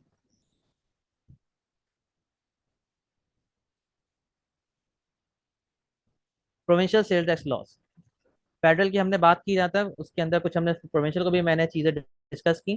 तो प्रोविंशियल सेल टैक्स लॉ को थोड़ा सा एलेबोरेट कर लेते हैं हम मजीद। Each provinces has its own legislation such as sales tax, Sindh Sales Tax on Services Act 2011, Punjab Sales Tax on Services Act 2012, Khyber Pakhtunkhwa Sales Tax on Services Act 2022। पहले 2015 था खैबर पख्तूनख्वा, सॉरी 2014 था खैबर पख्तूनख्वा का, तो बाद में जो है वो चेंज हो गया, पूरा पूरा एक्ट ही चेंज हुआ उनका ना। तो उन्होंने 2022 के अंदर चेंज आया था बड़ा, तो Khyber Pakhtunkhwa civil act on services 2022 हो गया। Balochistan civil tax on services act 2015, allowing for taxation on various services. Provincial revenue authorities administer and collect these taxes with rates, exemptions, and administrative procedures varying between provinces. Coordination efforts between federal and provincial authorities aim to ensure consistency and avoid double taxation while harmonizing initiatives like streamlining procedures across provinces. Overall, sales tax laws contribute to revenue generation and economic development at provincial levels. अब इसके अंदर जो है ना, अब आजकल हो ये रहा है, एफबीआर ने थोड़ा सा चेंज आ रहा है, लोग के अंदर ये चाह रहे हैं कि सबको मर्ज करना। अब होता ये देखें, रेवेन्यू अभी भी प्रोविंशियल के पास ही जाएगा, लेकिन ये लोग चाह रहे हैं कि जो टैक्स पेयर हैं, अभी ये होता है कि सबके अलग अलग पोर्टल्स हैं रिटर्न फाइलिंग के, सिंध का अलग है, पंजाब का अलग है, ये लोग उसको मर्ज करना चाह रहे हैं और काफी हद तक मर्ज कर भी लिया है। लेकिन इश्यूज बहुत आ रहे हैं उसमें, जाहिर सी बात है, डाटा का इन्फ्लक्स बहुत है चीज़ों में ना, और चीज़ों को प्रॉपर स्ट्रीमलाइन करने के लिए कोशिश कर रहे थे एफबीआर के जो है कि सब आपस में जो है इकट्ठे एक ही पोर्टल पे जो है रिटर्न फाइलिंग किया करें। और बहुत सारे और भी रेगुलेशंस आए हुए हैं जो जो प्रोविंसेस के अंदर भी आपस में किसी चीज़ में इख्तलाफात होते हैं, जैसे पंजाब में सिंध में आपस में इख्तलाफात है किसी चीज़ पे, तो उस चीज़ को अवॉइड करते हैं ताकि कोई डबल टैक्सेशन ना लगे किसी पे, कि जो है एक बंदा यहाँ पर भी टैक्स दे रहा है, वो पंजाब में भी टैक्स दे रहा है, तो ये डबल टैक्सेशन ना हो। इस चीज़ को, इन सब चीज़ों को जो है मुख्तलिफ तरीकों से हल किया जाता है, रूल्स आते हैं, प्रोसीजर्स आते हैं, तो ये सब चीज़ों को किया जाता है। फिलहाल अभी प्रोविंस के अंदर जो अभी जो प्रेजेंटली जो सिंध स्टेट टैक्स के अंदर जो स्टैंडर्ड रेट है वो 13% है, पंजाब के अंदर 16% है, खैबर पख्तूनख्वा में 15, बलूचिस्तान में भी 15, और इस्लामाबाद के अंदर भी 15। इस्लामाबाद जैसे मैंने बोला था फेडरल के डोमेन में आता है, तो उसका कोई प्रोविंशियल अथॉरिटी से कोई तो वही जो है लिंक नहीं है। इस्लामाबाद एक सेपरेट है बिल्कुल ना, आईसीटी की जो अंदर सर्विसेज आती हैं सारी। तो ये था आज का हमारा सेशन, इसको जो है हम कंक्लूड कर दिया मैंने, और अब हम क्वेश्चन आंसर्स का जो है सेशन शुरू करते हैं। और किसी का ओवर कोई भी सवाल हो तो प्लीज़ जो है अब डिस्कस हम करते हैं। एक मिनट सर, मैं जरा चैट खोल लूँ। अच्छा जी, सही साहब, एडवोकेट सही साहब। जी अस्सलाम वालेकुम सर। वालेकुम अस्सलाम। Sir thank you. मेरे एक दो छोटे छोटे क्वेश्चन है, मतलब टॉपिक से रिलेटेड ही हैं। हम्म। कुछ चीज़ें जो कि लीगली मेरे ख्याल में, जैसे आपने फरमाया ना कि ये जब एक्ट जो है एसआरओ के थ्रू अमेंड हो सकता है, हम्म। तो मुझे कंफ्यूजन ये हो रही है कि जो पार्लियामेंट का बनाया हुआ एक्ट है वो किसी एसआरओ के थ्रू उसमें अमेंडमेंट हो सकती है, हम्म। यही मेरा उसके पूछना था। जी जी सर, उसके अंदर पावर्स दी हुई होती हैं कि पूरा एक्ट को अमेंड नहीं किया जाता, उसमें स्पेसिफिक चीज़ों को अमेंड, देखें मेन जो अमेंडमेंट आती है वो तो पार्लियामेंट के थ्रू ही आती है, तो फाइनेंस एक्ट के थ्रू आती है ना। असल चीज जो अमेंडमेंट आती है, बड़ी वाली अमेंडमेंट ना, वो तो उसी के तहत आती हैं। अलबत्ता जो रूल्स के अंदर या उन प्रोसीजर्स के अंदर जिसकी जो एक्ट पावर देता है ना, उसको टैक्स अथॉरिटीज को, एफबीआर को या प्रोविंशियल अथॉरिटीज को, सिर्फ वो जो है बोर्ड के पास पावर होती है उसको चेंज करने की, अदरवाइज कोई और चेंज नहीं कर सकता उसे। आपने सर ये भी फरमाया दौराने डिस्कशन के फाटा पाकिस्तान का पार्ट नहीं था, ये उस वक्त की बात है। तो हम्म। मुझे थोड़ी सी कंफ्यूजन हो रही है, कब नहीं था, मतलब किस टाइम पीरियड में फाटा पाकिस्तान का पार्ट नहीं था। सर पाकिस्तान का पार्ट था, लेकिन ट्राइबल एरियाज एक्सेप्ट नहीं करते थे ना पाकिस्तान को, जो है खैबर पख्तूनख्वा के एरिया के अंदर बलूचिस्तान में अभी भी बहुत सारे इश्यूज चलते रहते हैं। और जो है फेडरल के अंदर भी बहुत सारे ऐसे इलाके थे जो कि जो है ट्राइबल एरिया जो कि एक्सेप्ट नहीं करते थे और सिस्टम को, पाकिस्तानी कवरिंग को फॉलो नहीं करते थे वो ना, तो वहाँ इश्यूज आते थे गवर्नमेंट को। तो जो है उस दौर में जो है मुख्तलिफ जो है इनको इंसेंटिव या जो है मुख्तलिफ तरीकों से टैक्सेस जोन में लाने की कोशिश की जाती थी। सर वो प्रोसीजरल इशू अपनी जगह पे, लेकिन लीगली मेरे ख्याल में पाकिस्तान चूंकि एक फेडरेशन है, तो ये जो फाटा हो गया या चार सूबे हो गए इंक्लूडिंग गिलगित बल्तिस्तान, ये हमारे फेडरल यूनिट्स हैं। हम्म। इम्प्लीमेंटेशन हुई या ना हुई हम वैसे कह नहीं सकते कि ये पाकिस्तान का पार्ट नहीं था, पाकिस्तान का पार्ट 47 के बाद से था। लेकिन ये फेडरल यूनिट के तौर पे है, चूंकि पाकिस्तान एक फेडरेशन है according to the constitution of Pakistan. चलें, इस बहस को छोड़ते हैं सर। आपने फरमाया कि सर्विसेज पे टैक्स जो है एफबीआर सिर्फ कैपिटल एरिया में लेता है, हम्म। आईसीटी में लेता है। जी जी। जी, तो 153(1)(c) इनकम टैक्स ऑर्डिनेंस के सेक्शन के बारे में क्या फरमाते हैं आप? 153(1)(c, सर वो जी, आई थिंक कॉन्ट्रैक्ट्स पे है ना, आई थिंक। ये 153 काफी बड़ा है, इसमें स्कोप है, गुड्स एंड सर्विसेज बोथ आती हैं। जी जी जी जी जी तो जी। सर जो प्रोफेशनल सर्विसेज हैं उस पे एफबीआर पूरे सूबे में लेता है। हाँ सर, तो ये देखें उसका। कॉन्फ्लिक्ट कॉन्फ्लिक्ट देखें, नहीं हो गया, नहीं नहीं नहीं नहीं सूबा नहीं भी नहीं दे रहा नहीं, होगा। बिल्कुल कॉन्फ्लिक्ट नहीं है सर। वो लेता है इनकम टैक्स, सेल टैक्स नहीं लेता वो करता है income tax with holding. Sale tax withholding की पावर नहीं है उसके पास। नहीं सर, वो ठीक है, इनकम टैक्स ही लेता है, बट मेरी बात है, वो था सवाल सर्विसेज के ऊपर। इसका मतलब ये है कि सर्विसेज पे एफबीआर ले रहा है, कुछ सर्विसेज पे एफबीआर ले रहा है, लेकिन उसकी जुरिस्डिक्शन पूरा प्रोविंस हो सकता है, जिसमें टेक्निकल या प्रोफेशनल सर्विसेज हैं। नहीं जबकि कुछ सर्विसेज ऐसी हैं कैटेगरी जिनके ऊपर वो सूबा लेता है। तो ये नहीं नहीं सर, तकसीम है नहीं ना नहीं दोनों सर, के नहीं नहीं दरमियान। नहीं नहीं नहीं नहीं सर, नहीं सर। देखें, मैं एक्सप्लेन कर रहा हूँ। ये जो सेल्स टैक्स के कवन, सेल टैक्स, सिर्फ सेल टैक्स चार्ज करने की पावर प्रोविंशियल को दी गई है। इनकम टैक्स चार्ज और विथहोल्ड करने की पावर फेडरल के पास ही है, चाहे वो किसी सूबे में भी हो। मैं सिंध के अंदर अगर कोई सर्विस परचेज कर रहा हूँ, तो उसके ऊपर मैं इनकम टैक्स जो चार्ज करूंगा वो फेडरल के ही तहत करूंगा। इनकम टैक्स जो है, जो डिडक्ट होगा वो फेडरल लेवल पे ही होगा। Sales tax withholding federal level पे नहीं होता सर्विसेज का, वो सूबा ही होता है, वो सूबाई बेसिस पे होता है। जी जी, सेल टैक्स की मैं नहीं बात, चलें वो मैं शायद मैं सवाल अपना क्लियर नहीं कर सका, बाकी लोग भी इंतजार कर रहे होंगे, उनके क्वेश्चंस होंगे। सर आखिरी मेरी छोटी सी रिक्वेस्ट है, हम्बल रिक्वेस्ट है। जी थोड़ा सा ना इस टीचिंग मेथोडोलॉजी को, sorry to say, I am very sorry to say, थोड़ा रिकंसिडर करने की जरूरत है। क्योंकि हमने ना तो पेपर देना है, और ना ही जो है ये कॉलेज स्कूल के स्टूडेंट्स काफी मेच्योर लोग होंगे, और ऐसे भी लोग होंगे जो ऑलरेडी प्रैक्टिस में होंगे, प्रोफेशनल्स भी होंगे। तो इसको फर्दर इंटरेस्टिंग थोड़ा सा बनाने की, आई एम सॉरी टू से, पता नहीं अगर शायद मैं उसको गलत एक्सप्लेन कर गया हूँ, अपने उसको इंटरप्रेट कर गया हूँ अपने क्वेश्चन को, तो माजरत। सईद साहब, सॉरी ये- टू से, हम्म, मेरे ख्याल में मेंटोर का अपना स्टाइल होता है पढ़ाने का। इस टॉपिक पे ना बात करें, क्योंकि कुछ चीजें मैंने बड़ी सीरियसली महसूस की हैं कि अगर ये बैकग्राउंड ना बनाया जाता तो शायद हमें पता ही ना होता एसआरओ क्या होता है, उसकी जुरिस्डिक्शन कैसे होती है। तो मेरे ख्याल में सर का पढ़ाने का स्टाइल ठीक है। एक बैकग्राउंड बन रहा है, एक पेस बन रही है। जब पेस बन जाती है तो उसके बाद एक्चुअल जब वर्किंग स्टार्ट होगी, जब हम इसकी प्रैक्टिस स्टार्ट करेंगे, तो डेफिनेटली ये सारे हमारे क्वेश्चंस रिजॉल्व हो जाएंगे। तो आई मेरा नहीं एग्री ख्याल सर, कि आई एग्री और आई अप्रिशिएट आपकी जो मैं ओपिनियन थैंक है यू उसको सही साहब, अप्रिशिएट थैंक यू करता वेरी हूँ। मच, थैंक यू वेरी हाँ, मच। लेकिन असल में ना इंस्टीट्यूशन का थोड़ा सा कसूर है। वो एजुकेशन के अंदर एक टर्म होती है मिक्स्ड एबिलिटी ग्रुप। उस मिक्स एबिलिटी ग्रुप से मुराद क्या होती है कि हर अंडरस्टैंडिंग लेवल का स्टूडेंट उन्होंने एक ही क्लास में बैठाया होता है। तो हमारे यहाँ कुछ लोग ऐसे हैं जो ऑलरेडी प्रैक्टिस में हैं, कुछ लोग ऐसे हैं जो मतलब इवन तो सीए भी किए हुए लोग हैं, और कुछ जी ऐसे हैं जो जी बिल्कुल जी जी बेसिक जी लेवल। सही साहब, इसीलिए इसीलिए ना जो आप जैसे सीनियर लोग हैं ना सर, इनको थोड़ा सा तहम्मुल का मुजाहरा करना पड़ेगा, ताकि हम जूनियर भी सीख सके। Thank you no very no, much. अस्तगफुरुल्लाह, हम सब इक्वल हैं, कोई जूनियर सीनियर नहीं है। Thank you sir. आप भी कुछ कह सही सकते साहब, ये माशाल्लाह जो भाई ने बात की ना, वैसे बिल्कुल बात ठीक की है। अभी देखें, सब प्रोफेशनल भी हैं, क्वालिफाइड, जैसे मैं भी क्वालिफाइड ही हूँ ये का। तो वो फिर भी ना, ये नॉलेज ऐसा है कि रेपिटेशन होती रहती है। हम सेल टैक्स ऑफिस भी जाते हैं, रोजाना एक नई चीज मिल जाती है, भले वो रिफंड पे काम हो, भले ईएफएस पे काम हो। तो मिलजुल के चलते हैं, इंशाल्लाह ताला बेहतरी आएगी। चलें, सजेशन जैसे अच्छी है, सबकी बट आपकी अल्लाह सजेशन भी जाने। अच्छी है। हाँ हाँ। तो भाई आई ने बड़ी एग्री। अच्छी बात की, आपका भी पॉइंट बड़ा वैलिड है, बट भाई ने भी बड़ा अच्छा उसका किया है। तो थैंक यू सईद भाई, जज़ाकल्लाह।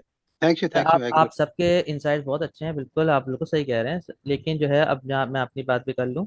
मैंने जब ये पढ़ाने के लिए, टीचिंग का जब मैंने ये बर्डन अपने ऊपर लिया था, तो मुझसे मिस्टर बशारत साहब ने ही कहा था कि इसको आपको ग्राउंड अप से लेके चलना है। उनके वर्ड्स ये थे कि आपको इस सेशन को ऐसे ट्रीट करना है कि सामने वालों को सिंटेक्स नहीं आता। तो आप जो है पूरा ग्राउंड अप से जो है लेके चलते हैं। और मेरी सर प्रैक्टिस यही है थ्रू आउट। मैंने जिसको भी जैसे पास में अपने पढ़ाता हूँ, या मैं कहीं भी किसी को समझाता हूँ, तो मैं चाहता हूँ कि उसको बेसिक से चीज़ें आए। ताकि जो है वो जो है ना ऐसा ना हो, जैसे जो हमने स्कूल लाइफ में पढ़ा, हमारे टीचर्स ने बेसिक पे फोकस नहीं किया, वो ऊपर ऊपर पढ़ा के चले गए, बाद में हम जिंदगी भर कंफ्यूज रह गए, यार ये क्या हुआ, ऐसा क्यों हुआ, ये फॉर्मूला क्यों था, ऐसा क्यों था। मैं नहीं चाहता कि मेरे स्टूडेंट्स जो हैं वो इस चैलेंज को फेस करें। मैं चाहता हूँ कि जो है ना कि तमाम के तमाम जो भले ही वो एक्सपीरियंस क्यों ना हो, जो है उनको चीज़ें आती क्यों ना हो, लेकिन मैं चाहता हूँ कि वो सब के सब जो है बेनिफिट लें from the ground up, from the basics. मैंने इसीलिए ये बेसिक सेशन रखा ताकि मैं एक एक चीज़ को एक्सप्लेन करूँ, जिसके को क्वेश्चन हो उसको आंसर करूँ। मैं रिटर्न पे नहीं आया, मैं डायरेक्ट रजिस्ट्रेशन पे नहीं आया, इसीलिए डायरेक्ट मैं प्रैक्टिकल इंप्लीकेशन पे नहीं आया। मैं चाहता हूँ कि पहले जो है सबको जनरल कॉन्सेप्ट आप सामने आ जाए, सब एक जनरलाइज आइडिया ले लें, फिर जो है मैं अपना जो है जो मेन टॉपिक है CSS का उसको मैं स्टार्ट करूँ, ताकि लोगों को समझ आए कि मैं पढ़ा क्या रहा हूँ। इस लोगों को अगर पता नहीं होगा कि मैं टर्म्स क्या यूज कर रहा हूँ, तो फिर वो लोग अंडरस्टैंड नहीं कर पाएंगे। ये मेरी अप्रोच है सर इस चीज को लेके चल रहे हैं। बिल्कुल ठीक है, अब चले ऐसे मैंने होना वापस चाहिए। ले हमें मैंने बिल्कुल जो है हर चीज का कॉन्सेप्ट का पता होना चाहिए, जो भी इसके अंदर टर्मिनोलॉजीज यूज होगी वो हमें मालूम होना चाहिए। उसके बाद ही तो हम आगे जो सेशन के अंदर या सेल टैक्स की APR के पोर्टल के ऊपर जो लैंग्वेज यूज हुई होगी तभी तो हम समझ पाएंगे। वरना आप तो एक एक को आप रोक के पूछ रहे हैं सर ये SRO 38 के तहत इसमें जो है ना अमेंडमेंट ही SRO क्या होता है। बिल्कुल सर, इसीलिए सर इतने टाइम तक मैं भी इसीलिए किसी कंफ्यूजन में था। शुरू शुरू जब आपने स्टार्ट किया था मैं भी कंफ्यूज था, ये SRO क्या होता है, ऐसी चीज़ें क्या होती हैं। तो मैं जब मैं आपको पढ़ाता हूँ तो मैं अपने आप को पिक्चर में रख रहा होता हूँ कि जब मुझे जिस वक्त जिस चीज़ की नीड थी, तो मैं किस चीज़ का किस तरह का मैं मेंटोर चाहता था, मैं किस तरह की मैं चाहता था कि लोग मुझे सिखाएं। तो मैं उसी तरीके से अप्रोच लेके चलना चाहता हूँ कि जो इस तरह का मैं फील करता था, मैं नहीं चाहता कि वो बाकी लोग फील करें। सर मैं तो ये कहूंगा कि आपका जो नेचुरल स्टाइल है आप उसी को कैरी ऑन करें, क्योंकि अगर आप हमारे कहने पर अपना स्टाइल चेंज करेंगे तो शायद फिर आप उतना बेहतर तरीके से ना पढ़ा पाए जो आपका एक जितना नेचुरल स्टाइल में बच्चा पढ़ा सकते हैं। Thank you sir, very much sir आपका। अच्छा खैर चलें, ये तो एक आउट ऑफ टॉपिक थोड़ी बात हो चली गई। अच्छा अब इस क्वेश्चन जो टॉपिक हमारा चल रहा था उसके हवाले से हम बात को कंटिन्यू रखते हैं। तो प्लीज़ जो है वन बाय वन जो है मैं सवाल पूछता हूँ आप लोगों से, अपने हैंड रेज कर दीजिएगा। मैं उन सबके जो जिनका हैंड रेज होगा मैं उनसे क्वेश्चन करूंगा और फिर जो है मैं शता जवाब दूंगा। तो मिस्टर कामरान अहमद साहब, आप ही का पहले हैंड रेज है, मैं आपसे पूछ लेता हूँ। जी सर, मेरा क्वेश्चन ये था कि फिफ्थ शेड्यूल और 12th शेड्यूल ये तो आपने कॉन्सेप्ट तो बता दिया, जैसा जी कि जी आप एक प्रैक्टिकल पर्सन हैं तो क्या आप इसकी कोई प्रैक्टिकल एग्जांपल देके हमें समझा सकते हैं किसी इंडस्ट्री के हवाले से जो आपने एक्सपीरियंस किए हो। जी जी जी, बिल्कुल बिल्कुल सर, बिल्कुल बता सकता हूँ। अब जैसे मैं सिक्स शेड्यूल की बात करता हूँ ना, सिक्स शेड्यूल के अंदर कुछ बिजनेसेस ऐसे हैं जिनको गवर्नमेंट ने एग्जाम किया हुआ है, उस पे जो है ना टैक्स एग्जाम है। और जो है और मिसाल के तौर पे अगर मैं एक मिसाल दूं, कुछ टाइम पहले की बात है, फार्मास्यूटिकल्स जो थे वो एग्जाम थे। तो पूरी इंडस्ट्री जो थी फार्मा की वो एग्जाम थी, और उस पर कोई सेल टैक्स जो है वो आगे जब सेल करते थे तो सेल टैक्स चार्ज नहीं करते थे। लेकिन उसका नुकसान ये होता था कि जो है ना जो पीछे जो दवाइयों पे जो खर्चा आता था, जो इनपुट टैक्स आता था, जो खर्चा यानी रॉ मटेरियल परचेज करते थे वो लोग, वो क्लेम नहीं कर पाते थे, जिसकी वजह से दवाइयाँ महंगी हो गई थी। दवाइयों की जो प्राइसेस थे बढ़ गए थे, तो लोग अपने कॉस्ट का पार्ट बनाते थे वो उन एक्सपेंसेस को ना। तो ये रीजन था। रिड्यूस रेट और जीरो रेट की जहाँ तक बात है, रिड्यूस रेट भी जो है मुख्तलिफ सेक्टर्स को उन्होंने दिया हुआ है और इंडस्ट्रीज को। इसके अलावा जहाँ तक अपने ये आते हैं स्टेशनरी आइटम्स आते हैं, पेंसिल हो गई, पेन वगैरह, ये सब चीज़ें जो आती हैं ये आते हैं जीरो रेट के अंदर। इसीलिए जो है ना इसके ज़्यादा एक्सपेंसिव इतने फॉरेन के जो है ना रेट जो प्राइसेस हैं फ्लक्चुएट नहीं करते जितना जो दूसरी कंज्यूमर गुड्स हैं उनके जो फ्लक्चुएट करते हैं। इन चीज़ों के इतने नहीं करते जो भी जीरो रेटेड आइटम्स होते हैं इनके ना। तो ये स्टेशनरी वगैरह की जो पूरी इंडस्ट्री है ये जो है तकरीबन ये जो है आपकी इस पे आ जाती है, जीरो रेट पे आ जाती है। ठीक है सर, क्लियर है सर। ठीक है सर, थैंक यू। अच्छा नियाज अहमद साहब।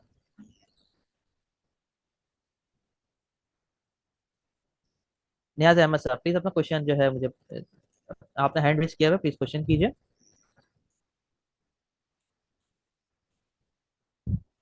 हेलो जी जी सर, आपकी आवाज आई। सर।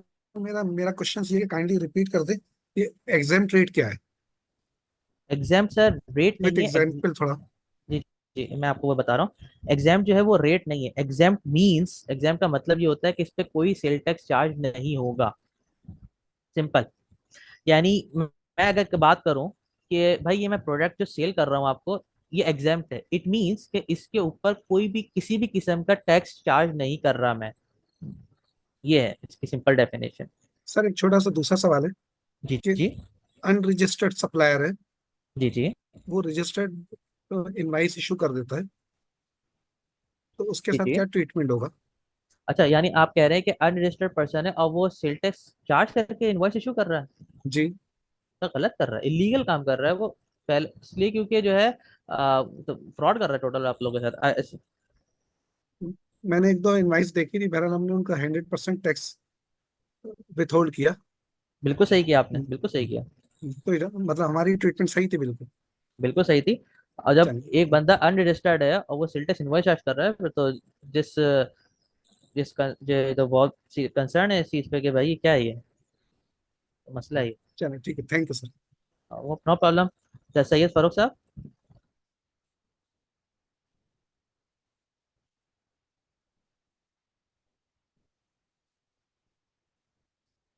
सैयद फारूक साहब,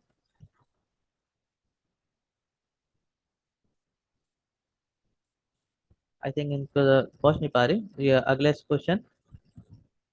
जी जी, फर्रुख हैदर अर्ज कर रहा हूँ सर। जी जी जी फारूक हेलो। साहब, जी सर, जी सर, जी हाँ, सर। अभी एक साहब ने फेडरल कैपिटल टेरिटरी के हवाले से सेल्स टैक्स के लिए अपनी कुछ रिजर्वेशन शो की थी। अगर आपकी इजाज़त हो तो मैं एक दो जुमले उसमें बोल दूँ, अगर आप सही हो तो बता दिएगा, गलत जी हो जी। तो। जी सर, प्लीज प्लीज। ये जो 18 अमेंडमेंट के बाद मेरी नॉलेज के मुताबिक जो गुड परचेज ऑफ गुड्स पे टैक्स है ना, वो एफबीआर वसूल करता है और सर्विसेज पे प्रोविंस वसूल करता है, तो आपने भी बताया, ठीक है सर। जी सर, बिल्कुल। अब अब जो लेकिन जो फेडरल कैपिटल टेरिटरी है वो तो जाहिर है किसी प्रोविंस में नहीं आती, तो उसपे जो गुड्स के अगेंस्ट में सेल्स टैक्स होगा वो भी, और जो सर्विसेज के अगेंस्ट में होगा वो भी, दोनों ही एफबीआर को जाएंगे। बस ये मैं जी जी क्लेरिफाई जी करना जी। चाहता हूँ। जी जी, बिल्कुल तो वो जो देखिए। उन साहब का जो सवाल था ना, तो वो तशना रह गया था वहां पे, तो मैं एक बात ये, और मेरा सवाल सिर्फ जीरो टैक्स के बारे में, जो वो समझ नहीं आया। जीरो एग्जाम्पशन तो समझ में आ गई। जी जी। एक तो जीरो मैंने रेट ना। अपनी एक तो ये अपनी क्लेरिफिकेशन देनी थी फेडरल कैपिटल टेरिटरी के हवाले से, ये अगर जी जी। सही है तो आप बता दें। मैं नहीं, सही बिल्कुल समझ रहा हूँ देखें, इस चीज को? बिल्कुल सही समझे। देखें, मैंने ऐसे कहा था कि जो है जो फेडरल जो गुड्स सप्लाई ऑफ गुड्स है, वो पूरे पाकिस्तान में शामिल है, तो इसमें तमाम सूबे भी आ रहते जी हैं, जी, हाँ बिल्कुल, इस्लामाबाद भी आ जाता है। वो एफबीआर को जाएगा। बिल्कुल सर। और जहाँ तक आपका अच्छा। जीरो रेट का सवाल है, तो हाँ, वो जीरो मुझे रेट। थोड़ा सा और एक्सप्लेन कर दें, वो समझ नहीं आया। जी सर। इसमें देखें, जीरो रेट जो है is a kind of tax. ठीक है, एक रेट है, is a kind of rate कह लें, ठीक है। ये एग्जाम्प्ट नहीं है, ये रेट है। और इस रेट यानी का वो ये गुड्स होता है। टैक्सेबल है, वो गुड टैक्सेबल एग्जैक्टली है, मगर एट प्रेजेंट वो जीरो है। एग्जैक्टली वो zero rated eight at present नहीं, वो जीरो रेटेड ही है। ये जीरो रेटेड का जो कॉन्सेप्ट है सर, ये वर्ल्ड वाइड जो है ना, ये इंट्रोड्यूस कराया था, वैट सिस्टम नहीं इंट्रोड्यूस कराया था। और यूके में और यूरोपियन यूनियंस के अंदर जो है ना, ये इस तरह लगता है कि उन प्रोडक्ट्स पे, उन बिजनेस पे लगता है जीरो रेट, कि जिनको जो है फायदा देना होता है, या उसके जरिए एंड कंज्यूमर को फायदा देना होता है। जैसे कि मिसाल के तौर पे medical facilities, UK European union के अंदर जो है, जो हॉस्पिटल्स वगैरह या मेडिकेशन है, उनमें बहुत सारे उस पर जीरो रेट किया हुआ है। इसका क्या होता है कि इससे दवाइयाँ महंगी नहीं होती। जो इनपुट टैक्स जो इनकर्ड होता है, जो इनपुट टैक्स आता है, जो रॉ मटेरियल परचेज करते हैं दवाइयाँ बनाने के लिए, वो जब उनको उस पर क्लेम मिल जाता है, वो अपने जो इनपुट टैक्स है वो एडजस्ट कर लेते हैं अपनी लायबिलिटी में से। तो उन जो कि आप क्लेम कर लेते हैं, तो उसका इम्पैक्ट ये होता है कि वो जो जो उनकी वो अपनी जो है ना, उस एक्सपेंस को अपनी कॉस्ट का पार्ट नहीं बनाते आगे। और वो जो है ना, जो एंड कंज्यूमर को बिल्कुल नॉर्मल फीजिबल और जो है ना सस्ते रेट पे जो है चीजें आगे सप्लाई हो जाती हैं। जीरो रेट का फायदा ये होता है। तो अगर उस प्रोडक्ट को एग्जाम्प्ट कर दे गवर्नमेंट, तो ये एडवांटेज हासिल नहीं होगा? नहीं सर, उसका रीजन क्या होगा? सबसे अच्छा। बड़ा ये इनपुट टैक्स नहीं मिलेगा, इनपुट टैक्स का क्लेम नहीं मिलेगा। इनपुट टैक्स का क्लेम ना मिलने की वजह से क्या होगा, जो इनपुट टैक्स इनकर्ड हुआ वो आपकी कॉस्ट का पार्ट बन जाएगा। और फिर जो है हम्म। ना, जाहिर सी बात है, बिजनेसमैन तो नहीं चाहेगा ना कि वो अपना जो है ऐसी सस्ते दामों बेचे। उसने कहा यार, मैंने पैसा इतना खर्च किया है, मुझे उस पर कोई क्लेम भी नहीं मिला, तो मैं चीज़ महंगी बेचूं? मैं अपना मार्जिन तो रखूँ ना मैं इतना। कोई भी सस्ती चीज़ नहीं ठीक ठीक। बेचता है, हर कोई अपना प्रॉफिट मार्जिन रखता है, तो इसका इम्पैक्ट ये पड़ता है। मगर उसपे कंज्यूमर को टैक्स नहीं देना पड़ता, जीरो है उसके लिए। जी जी जी जी, बिल्कुल वो जीरो ठीक है ठीक। उसका। ठीक है, thank you. No problem, no problem. जी, नेक्स्ट हमारे नाम आ रहा है, माइक्रो टेक इंजीनियरिंग नाम आ रहा है इधर। तो सर प्लीज आपका कोई सवाल है तो रेस करें प्लीज। अस्सलाम वालेकुम सर। सर वालेकुम अस्सलाम। मेरे दो तीन सवालात हैं आपके। ये डायरेक्ट टैक्स वगैरह तो मैं समझ गया हूँ। मुझे जी सिर्फ, जी मैं क्योंकि खुद एक बिजनेस रन कर रहा हूँ, आपने नाम भी मेरा माइक्रोटेक के उसी ऑफिस का ही मेरा ये है। जी जी मेरा मेरा ताल्लुक जो है ना स्पेयर पार्ट्स मैन्युफैक्चरिंग से है। जो ये आपके इंडस्ट्रीज के अंदर जाते हैं ना, जो उनकी प्रोडक्शन मशीनरी होती है, जी उनके जी। स्पेयर पार्ट्स मैन्युफैक्चरिंग है। तो हमको, स्पेयर पार्ट्स आई। जी जी जी, जैसे शाफ्टें हो गई, गियर्स हो गए, ये सारे, ठीक है ना। अब समझ मैं गया। आपको अपने क्लाइंट का नाम लेकर बात करता हूँ। मैं पहले था नॉन रजिस्टर्ड जीएसटी पे, मैं काम कर रहा था सोल प्रोप्राइटरशिप पे ना। अब ठीक है। मैं काम कर रहा हूँ फर्म बनाकर, उसको सेल्स टैक्स बनाया हुआ है। लेकिन प्रॉब्लम यहाँ पे ये आती है कि बहुत से, जैसे चले मैं नाम ले लेता हूँ, कंपनी का नाम ले लेता हूँ, एटलस ऑटोज है या होंडा वाली जो है। ये लोग क्या करते हैं, बहुत से आइटम ऐसे होते हैं जो अपनी डायरेक्ट मशीनरी पे लगाने होता है ना, तो ये लोग करते ये है, वो अपना सर्विसेज का ऑर्डर दे देते हैं 10% वाला। आप समझ रहे हैं मेरी बात? अच्छा ठीक अच्छा। है। और वो चीज होती है न्यू, मतलब सप्लाई की चीज होती है। मैं उनको सप्लाई कर रहा होता हूँ लेकिन सर्विसेज के उस पर देता हूँ। ठीक है। अब उस पे वो अच्छा। 13% सर्विसेज का टैक्स लगाते हैं, लेकिन मेरा तो सर्विसेज का टैक्स नहीं लगेगा। मैं टेन हम्म। परसेंट वो भी दे रहा हूँ, 13% वो भी दे रहा हूँ। आप समझ रहे हो उसको कैसे हैंडल किया जाए? Number one. नंबर टू ये कि अभी मेरी एक कंपनी है, उसने मेरा बिल तकरीबन 3 महीने से रोका, 2 महीने से रोका हुआ है। वो कह रहा है जी जब तक आप सेल्स टैक्स जमा नहीं कराएंगे हम आपका बिल नहीं क्लियर करेंगे। ठीक है ना। अब वो सही है। बात ये है कि मेरी मल्टीनेशनल कंपनीज है, यूनिलीवर है, डीपी वर्ल्ड है, पीएनजी है, एटलस ऑटोज हम्म है, हिलाल फूड्स है। सिवाय हिलाल फूड्स के जो है ना, लेक्सन ग्रुप भी मेरा मेरे पास काम कर रहा है।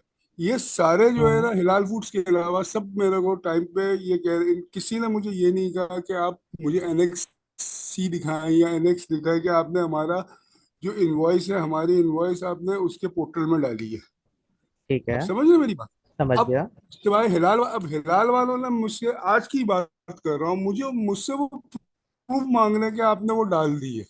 सही है। मैंने कहा यार ये प्रूफ तो आप अपने अपने पोर्टल पे जाकर देखें मैंने डाली है या नहीं डाली है। सही ठीक है। है। फिर उनका XYZ एक ऑर्डर है, उसमें 2 आइटम है। ठीक है ना। अब सही वो है। 2 आइटम है तो वो इनवॉइस तो एक है, तो वो एक इनवॉइस की अमाउंट काउंट होगी, 2 इनवॉइसेस की अमाउंट तो, 2 आइटम की अमाउंट अलग अलग तो काउंट नहीं होगी, टोटल हम्म। अमाउंट काउंट होगी ना। सही है। तो वो कह रहे हैं कि ये आपने एक अमाउंट क्यों डाल दिया, हालांकि ऑर्डर 55,000 का है फर्ज करें, तो वो अमाउंट वहां पे भी 55,000 आ रही है विदाउट सेल्स टैक्स। सही। अब इन चीजों को ये लोग ये एक तो मुझे ये बताएं, ये जो एटलस ऑटोस कर रही है, बहुत से मशीनरी प्रोडक्शन को मेरे सर्विसेज में ले लेती है, वो उनका ये मसला आता है कि 50,000 से ऊपर जो भी जाता है उसके लिए उनको एक सीपीआर खोलनी पड़ती है और 10 वो लेने पड़ते हैं। और यहाँ पे 444 के ऑर्डर पे उनको जो सर्विसेज का ऑर्डर है उन पे उनके पास तकरीबन 2 लाख तक की गुंजाइश है कि आप काम करा सकते हैं। सही है। उस पर मैं 13% ले सकता हूँ क्या? मैं सर्विस तो नहीं दे रहा हूँ, मैं तो उनको नया आइटम, फर्ज करें मैं एक ट्रे बना के दे रहा हूँ या एक गियर बना कर दे रहा हूँ जो मशीन पे लग रहा है। सही। ठीक है। 1 लाख रुपए का गियर है, मैं उस पर 18% की जगह 13% दे रहा हूँ। कल को एफबीआई मुझे ये नहीं पूछेगा कि आपने ये सर्विसेज क्यों दी है। बिल्कुल सही। बिल्कुल सही। अब अच्छा इन चीजों को, आप जो हैं वो एफबीआई में रजिस्टर्ड हैं या एसआरबी में रजिस्टर्ड हैं प्रेजेंटली। सर मैं एफबीआई में भी रजिस्टर्ड हूँ, मैं एसआरबी में भी सही है। रजिस्टर्ड हूँ। ठीक है सर। सर मैं आपको फिर एक मशवरा ये देता हूँ जो मैंने दूसरी जगह पे ऑब्जर्व किया है कि आप जो है ना एक इनवॉइस बनाएं इन जैसे एटलस वगैरह के लिए अगर बनाते हैं, जिनके अंदर उन लोगों के लिए जिनके अंदर ये दोनों कंपोनेंट शामिल होते हैं, स्पेयर पार्ट्स का भी और सर्विसेज का भी। जाहिर सी बात है आप जो पार्ट्स आप लगाते हैं वो जो सर्विस देते हैं ना, एक तरह से आप पार्ट लगाते हैं फिर मशीन सर मैं चलाते लगाता हैं। नहीं हूँ, मैं उनको बनाकर सप्लाई दे देता हूँ, लगाने वाले वो खुद होते हैं। तो अच्छा सप्लाई लगाते वो देते खुद हैं, आप सिर्फ वो सप्लाई लगाते हैं, करते उनकी हैं। पूरी टीम है। मेरा तो काम है यहाँ से अपने वर्कशॉप से सामान बनाना और उनके जाकर स्टोर पे दे देना। बस फिर आपके उसमें सर्विस का कोई पार्ट शामिल नहीं है। तो फिर नहीं आप है ना। सिर्फ बिल्कुल फिर आप जो है लेकिन वो सिंपल फिर मेरे सिंपल। से, वो जो मेरे को ऑर्डर देखे, उनके बाद जो ये सैप चल रहा है उसके अंदर दो दो मॉड्यूल्स पे ऑर्डर चल रहे हैं। एक 42 का ऑर्डर चल रहा है जो सप्लाईज का, और एक 44 का ऑर्डर है जो कि उसका है, सर्विसेज का है। सर्विसेज पे वो 10% टैक्स काटते हैं और सप्लाईज पे 6.5 या 4.5, मैं तो 7.5 डालता हूँ, वो काटते हैं। वो इनकम टैक्स ठीक काटते है। हैं वो लोग। हाँ अच्छा, दूसरी बात ये, एक चीज और मेरे को याद आई कि आपने बिल दिया है 100 रुपए का, फर्ज करें, ठीक है ना। अब आपने उसमें लगाया 18% टैक्स, वो हो गया 118 रुपए का बिल। तो वो सही लोग है हमारा 118 रुपए पे टैक्स कर रहे हैं, हालांकि इनकम तो हमारी 100 रुपए। ना। देखें सबसे सर, यहाँ पर ये है कि ये जो हाँ, वो लोग जो चार्ज कर रहे हैं वो इनकम टैक्स करते हैं। इनकम टैक्स जो होता है ना, वो पूरी की पूरी वैल्यू पे होता है, इंक्लूसिव ऑफ सेल्स टैक्स भी होता है, ठीक है। तो ठीक है। उसके तो जो इनकम टैक्स विदहेल्ड करते हैं अंडर सेक्शन 153, जो वो लोग विदहेल्ड करते हैं, तो उसके अंदर यही फॉर्मूला है कि जो है ना वो आपकी उसके अंदर सेल टैक्स की वैल्यू भी शामिल होगी। वो काम तो वो ठीक है, लोग सही कर रहे हैं। वो तो मैं समझ गया, बिल्कुल सही कर रहे हैं। ठीक है ना, वो मैं समझता भी हूँ, क्योंकि देखें वो, लेकिन जब मैं उनको देता हूँ, फर्ज करें मैं भी उनको कहता हूँ कि मेरा ये आप चालान दें या मैंने ये वो है, तो वो मेरे वो इनकम टैक्स के सेल्स टैक्स के बगैर वाली अमाउंट शो करते हैं।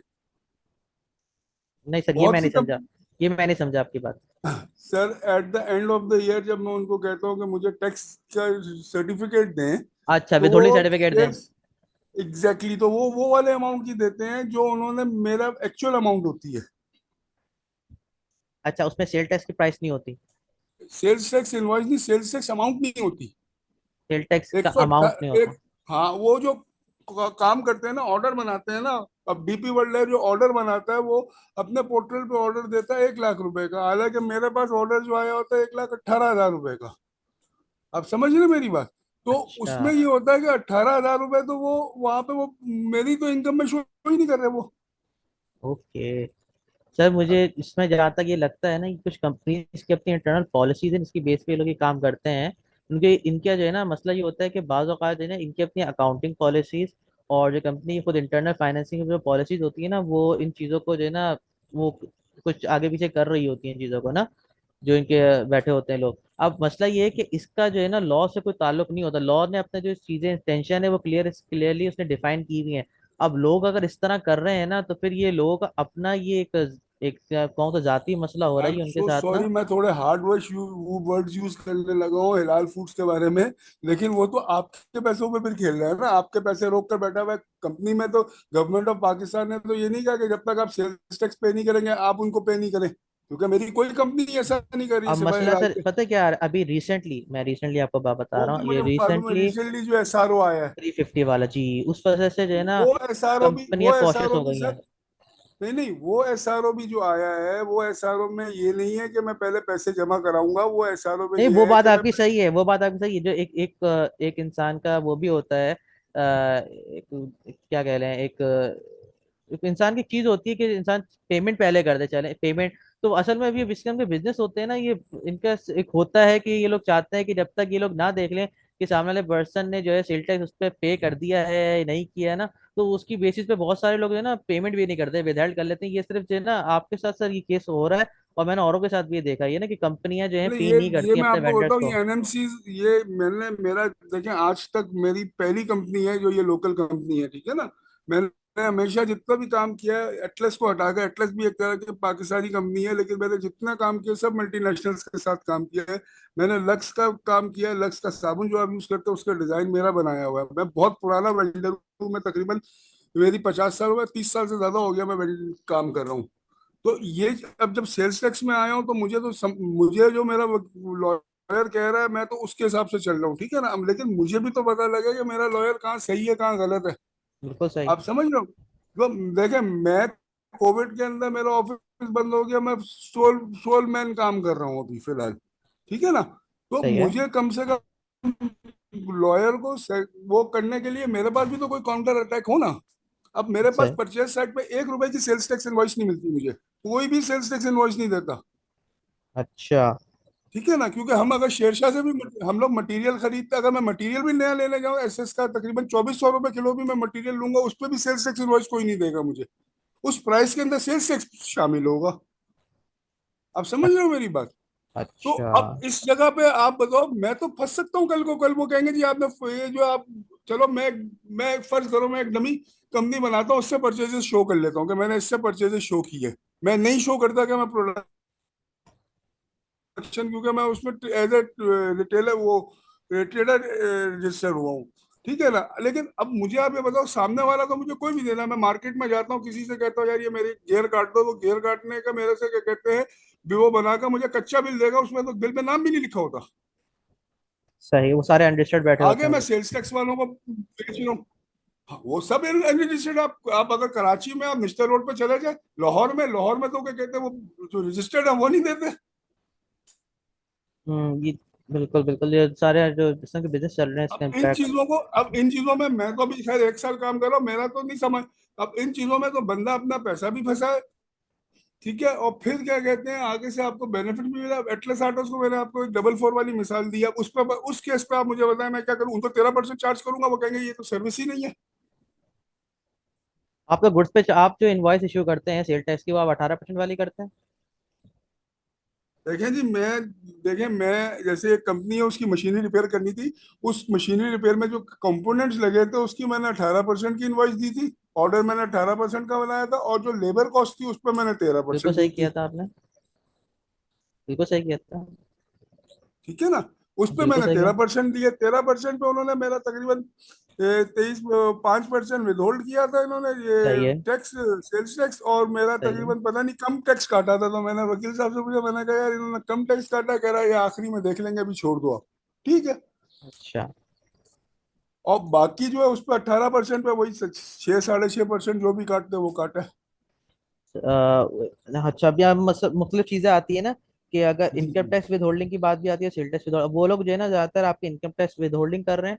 और जहां तक उन्होंने आपका 5% काटा सेल टैक्स, वो मुझे नहीं समझ आया, क्योंकि अगर आप रजिस्टर्ड है तो आप पे वो वाला कानून अप्लाई नहीं होता। नहीं नहीं, वो विदहोल्ड किया था, सेल्स टैक्स में विदहोल्ड किया था। क्योंकि आपको बाद में जाकर जब आप विदहोल्ड करते हैं, ये अपना सिंध सर्विसेज टैक्स में ये होता है कि आप 5% विदहोल्ड करते हैं। वही आपकी वाली बात के जमा होगा तो आपको वहां से रिबेट मिल जाता है। तो 20% विद हेल्ड होता है उसमें ना, सिंध के अंदर, आई एसआरबी डोंट के नो, मेरा अंदर। मैं इन चीजों से बहुत दूर हूँ। मैंने तो जी अभी जी सर। कोर्स इसीलिए लिया है कि मुझे पता चले। आप मुझे बताओ, मैं इंजीनियरिंग साइड देखूं, ये देखूं, क्या देखूं मैं? बस सर एक जनरल नॉलेज ले लें, जनरल आइडिया ले लें कि किस तरह जो यही ये कर रहा चीज़ हूँ वर्क मैं। करती हैं। और जो है ना, फिर बस इन चीज़ों पे फिर नज़र रखें, बाकी ना बस बाकी पे नज़र आपका काम, आप से नज़र रख सकते हैं आप, उसमें ज़्यादा ऐसी बात है जितनी आप फिर अपना बिजनेस करेंगे, इन चीज़ों में इन्वॉल्व होंगे तो फिर मसला होगा फिर नहीं, ना। मैं इन्वॉल्व में, मैं तो सिर्फ इतना देखना चाहूँ। मैंने तो तकरीबन, आप यकीन, मैंने तकरीबन एक ईआरपी खरीदा 50,000 रुपए का, जिसपे मैंने ये सारा सेल्स टैक्स वगैरह मेरा रखा है। मैं अकेला बंदा क्या, कहाँ कहाँ मैं करूंगा? सच्ची बात है, जो मार्केट के हालात है, कोई वो क्रेडिट पे काम करके देने को तैयार नहीं है। ये लोग 60-60 दिन का क्रेडिट ले रहे हैं।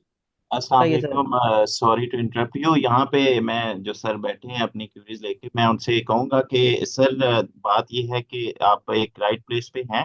बिल्कुल ठीक है। After completion of this course इंशाल्लाह you would be in a better position to cater all this. ठीक है, अभी तो ये चीज़ें आप देखें, जिस तरह आप सर से मुखातिब हैं, आपको भी चीज़ें कुछ अंडरस्टैंडेबल नहीं है कि ये किस तरह से हो रहा है। बाकी कुछ चीज़ें इस तरह से भी हैं, हमारे यहाँ एडमिनिस्ट्रेटिव फेलियर भी हैं, ये बातें भी उसी में आती हैं।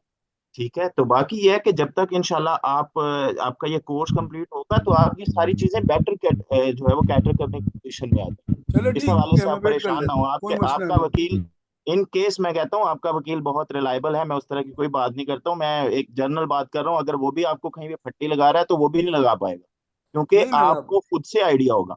एग्जैक्टली, मैं सिर्फ इतना चाह रहा हूँ। तो बस इंशाल्लाह फिर आप जुड़े रहिए हमारे साथ, तो ये जो आपकी क्यूरीज हैं ओवर द पीरियड ऑफ ठीक। टाइम इंशाल्लाह रिजॉल्व हो जाएंगी। चलो शुक्रिया ठीक है, बहुत ठीक है, बहुत थैंक बहुत यू। आमिर साहब, ओके। शुक्रिया बहुत बहुत आपका। ठीक है, आप देखें, मैं सबसे कहूँगा कि जिनकी क्वेरीज हैं वो इस कोर्स के साथ रहें इंशाअल्लाह ताला। ओवर द टाइम जितने कोर्स चल रहे जा रहे हैं तो उसमें मुख्तलिफ एक्सपर्ट्स और मुख्तलिफ चीज़ें एक्ट के हवाले से, लॉ के हवाले से ये सामने आती रहेंगी, आप लोगों को आइडिया मिलता रहेगा कि किस तरह कौन सी चीज़ को जो है कैटर करना है, किस तरह टैकल करना है। तो इंशाअल्लाह ताला जो है बस आप जुड़े रहें, इंशाअल्लाह आपको आपके क्वेश्चंस का जवाब मिल जाएंगे इंशाअल्लाह ताला। ठीक है सर। अच्छा, अब मैं अगले जो क्वेश्चन रेज किया हुआ है उनके पास जाता हूँ, मिस्टर कासिम साहब के पास जाता हूँ मैं। मिस्टर कासिम साहब। जी अस्सलाम वालेकुम सर। वालेकुम अस्सलाम सर, माजरत आप काफी देर से हैंड कट रेस किए हुए थे। जी सर, बस मैं वो मतलब हम वैसे मजाक में पड़ गए थे नो कि प्रॉब्लम, नो जिस तरह की प्रॉब्लम, सूरत है नो प्रॉब्लम सर, प्लीज। हमारी बारी पता नहीं आ रही कि नहीं आ रही, क्योंकि सर हम इस ग्रुप के ओल्ड स्टूडेंट है। ठीक है, मैं ऑफ कोर्स सर, 5 माह बिल्कुल। इसमें हमारी क्लासेस चल रही हैं तो ये चले 12 सर सभी दोस्त हैं हमारे। अच्छा सर, इसमें थोड़ा सा ये एक तो सर ये था कि एग्जाम्प्ट जो सा ये एग्जाम्प्ट टैक्स है और जीरो रेटेड सर, ये तो सब जो समझ आ गया जीरो रेटेड का, कि वो जी जब जी। जो किसी को फायदा पहुंचाना है तो वो यानी गवर्नमेंट कहेगी जी इसका टैक्स जीरो रेटेड है।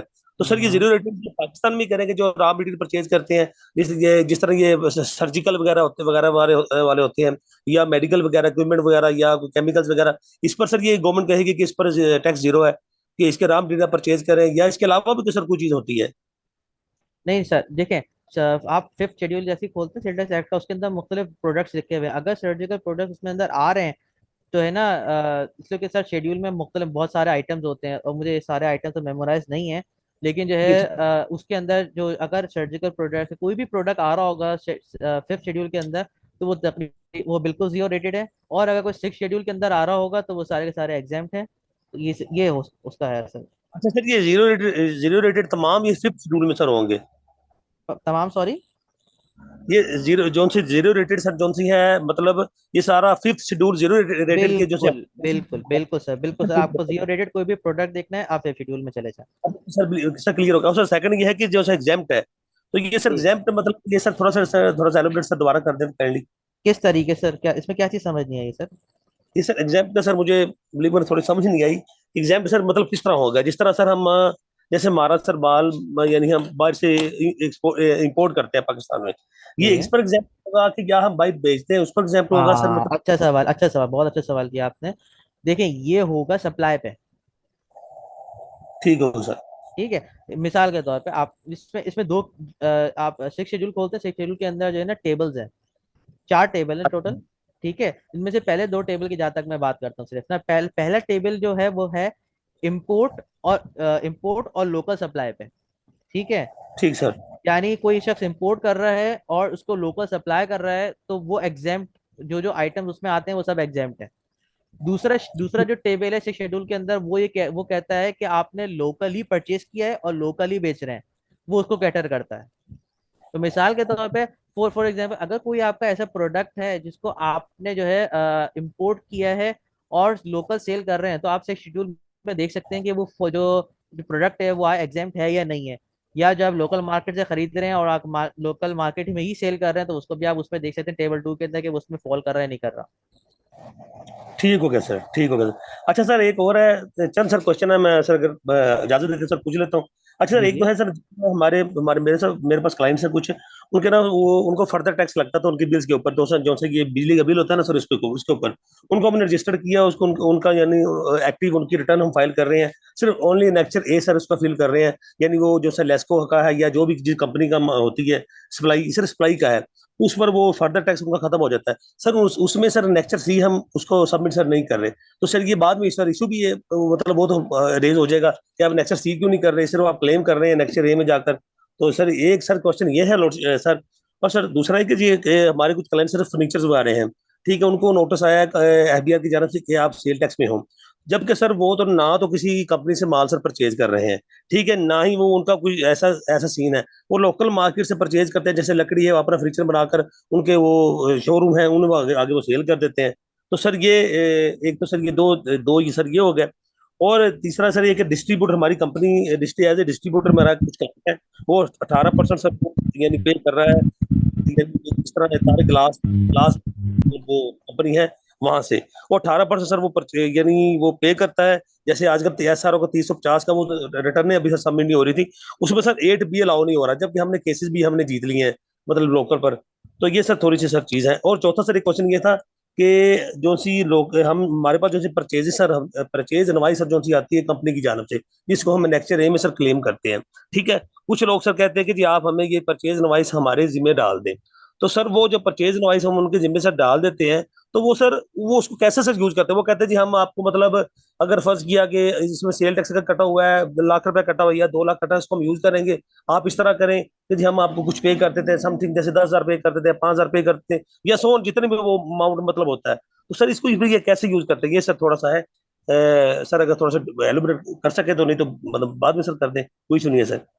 सर माशाल्लाह आपने जो क्वेश्चंस की भरमार की मेरे ऊपर, मैं इंशाल्लाह ताला एक एक करके मैं जरा जवाब देने की कोशिश करता हूँ। सर वो पहला, मतलब हम तो सर बिलीव करें सर, हम सर वेट करते अल्लाह करे कि वो हमें सेल टैक्स का पता चले। हम तो मतलब वो बेसिक स्टूडेंट्स हैं काम कर सर रहे हैं पर इंशाल्लाह ताला सर मैंने कहा ना इंशाल्लाह ताला आपको से इसमें कोर्स में साथ जुड़े रहें, आपको चीजें इंशाल्लाह क्लियर हो जाएंगी। आगे देखें फर्दर टैक्स की जहाँ तक बात है, फर्दर टैक्स भी आगे आगे मैं जो पढ़ाऊंगा, और नोटिस जो आते हैं उसके बारे में भी सब मैं डिटेल में आपको एक्सप्लेन करूंगा चीजें कि नोटिस किस तरह आते हैं, किस तरह उसको हैंडल करना है, क्या क्या इन्फॉर्मेशन आपको देखनी है, क्या क्या इन्फॉर्मेशन आपको डिपार्टमेंट को देनी है, कौन कौन सी इन्फॉर्मेशन नहीं देनी। जी और बेहतर। जो ठीक है ये सब चीजें आगे आएंगी। और जो लास्ट आपका जो क्वेश्चन था उसके अंदर सर मैं बात नहीं समझा कि परचेज के हवाले से वो क्या करते हैं, आपसे क्या कहते हैं वो करने के लिए। सर मतलब वो सर ये कहते हैं कि जिस तरह एक बंदा हमारे लाहौर पे कुछ दोस्त होते हैं, कहते हैं यार आपके पास परचेज पड़ी हुई, इससे जीएसटी पड़ा हुआ है। हम देखते हैं कि नेक्चर ए में हमारी 2 साल की नेक्चर ए सर हमने फिल किया, बाकी हमने सी फिल नहीं किया। ठीक है भाई, हाँ बताते हैं यार ये पड़ा हुआ है। वो अक्सर कहते हैं अच्छा यार ये अगर आप सेल कर दो तो फिर ठीक नहीं है। तो हम अगर कहते हैं कि नहीं यार, अगर हम कहते हैं चलो ठीक है हम सेल करते हैं, क्या आप हमें क्या देंगे, वो कहते हैं यार हम आपको 15,000 रुपये देते हैं यार, 20,000 रुपये देते हैं। सर ये मुझे ये मेरे मतलब सर इतने सर सालों में सर बिल्कुल भी नहीं करेगा ये काम सर, ये फेक क्लाइंट इनवॉइसेस का चक्कर है, आप कभी अपनी इनवॉइस सेल नहीं करिएगा। जी बेहतर हो गया। राइट सर, राइट सर, ये बस यही सर मैंने थोड़ा सा मैं बड़ा कंफ्यूज था कि ये करते क्या है नहीं इसका। Sir never, please sir never, ये आपको मैं कह रहा हूँ, आपके क्लास के हिस्सा मेरे स्टूडेंट हैं एक तरह से, मैं आपको कह रहा हूँ कि प्लीज ये वाली जो इनवॉइस सेल वगैरह परचेज मत करिएगा, बाद में प्रोसीडिंग में पड़े क्रिमिनल प्रोसीडिंग आप पे खुल जाएगी। राइट सर, बेहतर हो गया sir. Right sir, right sir, बस सर यही मैंने थोड़ा सा ये था। बाकी सर इंशाल्लाह अल्लाह सलामत रखे, आपको भी रखे, सर आमर साहब को भी, हमारी पूरी टीम को सर। तो इंशाल्लाह सर रहेगा मसलसल सर कंटिन्यूली जी इंशाल्लाह इंशाल्लाह। इंशाल्लाह जी। Thank you very much. Mister Hajibur Rahman. मेरा क्वेश्चन ये था कि ये जो आपने पढ़ाया कि प्रोविजनल सेल्स टैक्स है, लाभ है, उसमें जो स्टैंडर्ड रेट है ये सिंध का 13% है और पंजाब का 16 और बाकी सूबों को 15-15, ये मुख्तलिफ क्यों है? सर हर जो प्रोविंस है उन्होंने अपने हिसाब से रखा है, उनके जो लॉज और रेगुलेशन बने हुए हैं। अब उन्होंने मुख्तलिफ, असल में हुआ ये भी था कि बीच में देखें रेट तो सबके अलग अलग अपने रखे हुए हैं, उनके अपने रीजंस हैं, उनके इकोनॉमिक कंडीशंस हैं, कोई खास फैक्टर है जिसकी बेस पे उन्होंने कानून के अंदर जो है अपने रेट रखे हुए हैं इस किस्म के मुख्तलिफ ना। ठीक है, बीच में हुआ ये था कि जो है ये फैसला आपस में हुआ था कि जो है एक ही रेट रखा जाए ना, कम कर दिया जाए, 10% तक ला दिया जाए, ये हुआ था बीच में ना। फिर इस पे हुआ ये कि एसआरबी ने तो अपना रेट कम कर दिया। एसआरबी के पहले ज्यादा रेट था मेरे ख्याल से, आई थिंक 16 था, 17 ऐसी ऐसी कुछ तक मेरा ज्यादा था, उन्होंने करके अपना 13% तक ले आए। ठीक है, और वो मजीद कम करने वाले थे, लेकिन जब एसआरबी ने फिर ऑब्जर्व ये किया कि बाकी प्रोविंस अपना कम ही नहीं कर रहे, तो एसआरबी ने कहा मैं क्या पागल हूँ, मैं खुद कम कर रहा हूँ, मैं भी उतने पे ही रखूंगा फिर। तो ये अच्छा कुछ खास इनके अपने मसाइल भी हैं, इनके अपने इंटरनल कॉन्फ्लिक्ट्स भी हैं, और जो है ना इनके अपने कुछ इकोनॉमिक कंडीशंस वगैरह की बेसिस कुछ मुख्तलिफ फैक्टर्स हैं जिसकी बेसिस पे जो टैक्स हैं ये डिफरेंट रेट्स पे हैं।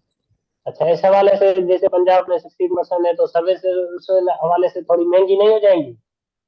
सॉरी सर आपकी आवाज़ क्लियर नहीं आई मेरे पास। मैंने कहा सर जैसे पंजाब का स्टैंडर्ड रेट है 16%, उस हवाले से पंजाब में सर्विस थोड़ी महंगी नहीं हो जाएंगी टैक्स में ज्यादा होने बिल्कुल की? हो जाएंगी, बिल्कुल हो जाएंगी, बिल्कुल। चलो सही है, थैंक यू सर। अच्छा, अगर आपका सवाल कंक्लूड हो गया तो मैं अगली तरफ जाता हूँ, मिस्टर इमरान असलम साहब। सर अस्सलाम वालेकुम। वालेकुम अस्सलाम सर। अच्छा सर, मेरा एक छोटा सा प्रैक्टिकल क्वेश्चन है कि एक गवर्नमेंट इदारा है, हाँ, वो पेपर्स खरीदता है, रेम खरीदता है। अब गवर्नमेंट इदारा मिसाल, है, पेपर खरीदता है। जी जी रेम खरीदता है, पेपर्स रेम जो है, अच्छा अच्छा अच्छा अच्छा अच्छा, ठीक है। और खरीदता है फॉर एग्जांपल, वैसे तो उनके अकाउंट डिवीजन ने रिस्ट्रिक्शन लगाई होती है ना कि अनरजिस्टर्ड के साथ आपने ट्रांजैक्शन नहीं करनी है उनसे खरीदो सही फरोख्त में। सही सही तो सही। मिसाल के तौर पर मैं कैलकुलेशन समझने के लिए कर रहा हूँ कि वो अनरजिस्टर्ड सप्लायर से वो पेपर्स खरीद लेता है, रेम खरीदता है। सही है। अब भैया मिसाल के तौर पर वो 100 रुपए के हैं, तो पहली तो बात है कि जैसे इनकम टैक्स को विदहेल्ड किया जाता है, तो क्या सेल टैक्स के लिए भी गवर्नमेंट इदारे को या जो भी परचेजर है उसको वो विदहेल्ड करना चाहिए जीएसटी? सर सवाल का पार्ट 1 ये है। और दूसरा है कि जीएसटी की कैलकुलेशन हम समझना चाह रहे हैं कि अगर वो अनरजिस्टर्ड से खरीदते हैं तो फिर गवर्नमेंट के इदारे को वो 100 रुपए के अगेंस्ट कितनी पेमेंट करनी चाहिए? कितनी से मुराद है कि क्या 118 रुपए करे, 100 करे, या 78 करे, मतलब 22% भी कहीं पे चल रहा होता है। और सेम अगर वो रजिस्टर्ड पर्सन से खरीद रहा है गवर्नमेंट इदारा, फ्रेम यही। तो उस सूरत में आया 100 रुपए के ही हैं तो जीएसटी को मिला के वो 118 रुपए पेमेंट कर देगा, या विद हेल्ड करके खुद जो है बाद में एफबीआर को वो जमा करवाएगा। होप सो कि ठीक सर है। मैं अपना क्वेश्चन समझा सका हूँगा। जी, मैं भी आपको बता देता हूँ, तो अगर मेरे से इसमें कुछ स्किप रहा तो मुझे बता दीजिएगा। तो मैं समझा हूँ। देखें, पहला तो आपका ये है कि अगर गवर्नमेंट इदारे किसी भी अनरजिस्टर्ड सप्लायर से कोई भी चीज़ खरीदते हैं, जैसे आप पेपर को खरीदते हैं, तो उसकी जो है उस पर सेल टैक्स कितना विदहेल्ड करेंगे, उसकी क्या इम्प्लीकेशंस होगी सर। तो पहले उसमें तो ये है कि शेड्यूल 11, मैंने सेल टैक्स एक्ट का शेड्यूल 11 मैंने हाईलाइट किया, इसमें वो है सेल टैक्स विद होल्डिंग का। उसके अंदर जो टेबल बना हुआ है, और उसके अंदर जो है जो भी फेडरल गवर्नमेंट, प्रोविंशियल गवर्नमेंट और ऑटोनॉमस बॉडीज जो हैं, उनके ऊपर ये लागू है कि वो किसी भी, चाहे वो रजिस्टर्ड हो या अनरजिस्टर्ड हो, किसी भी बंदे से कोई भी चीज खरीदेंगे तो उस पे 20% सेल टैक्स विदहेल्ड करेंगे। ये गवर्नमेंट इदारों की बात कर रहा हूँ, ठीक है। ये टेबल के अंदर 5% नहीं, 5% का अलग है, लेकिन ये जो है ना, इस पे 20% गवर्नमेंट इदारों के पास है कि वो करेंगे। ये पहले आपके सवाल का जवाब, चले वो अनरजिस्टर्ड से करें या किसी से भी करें। दूसरा दूसरा जो आपका है कि अगर वो रजिस्टर्ड से करें तो क्या होगा। सेम सर, 20-20% होगा।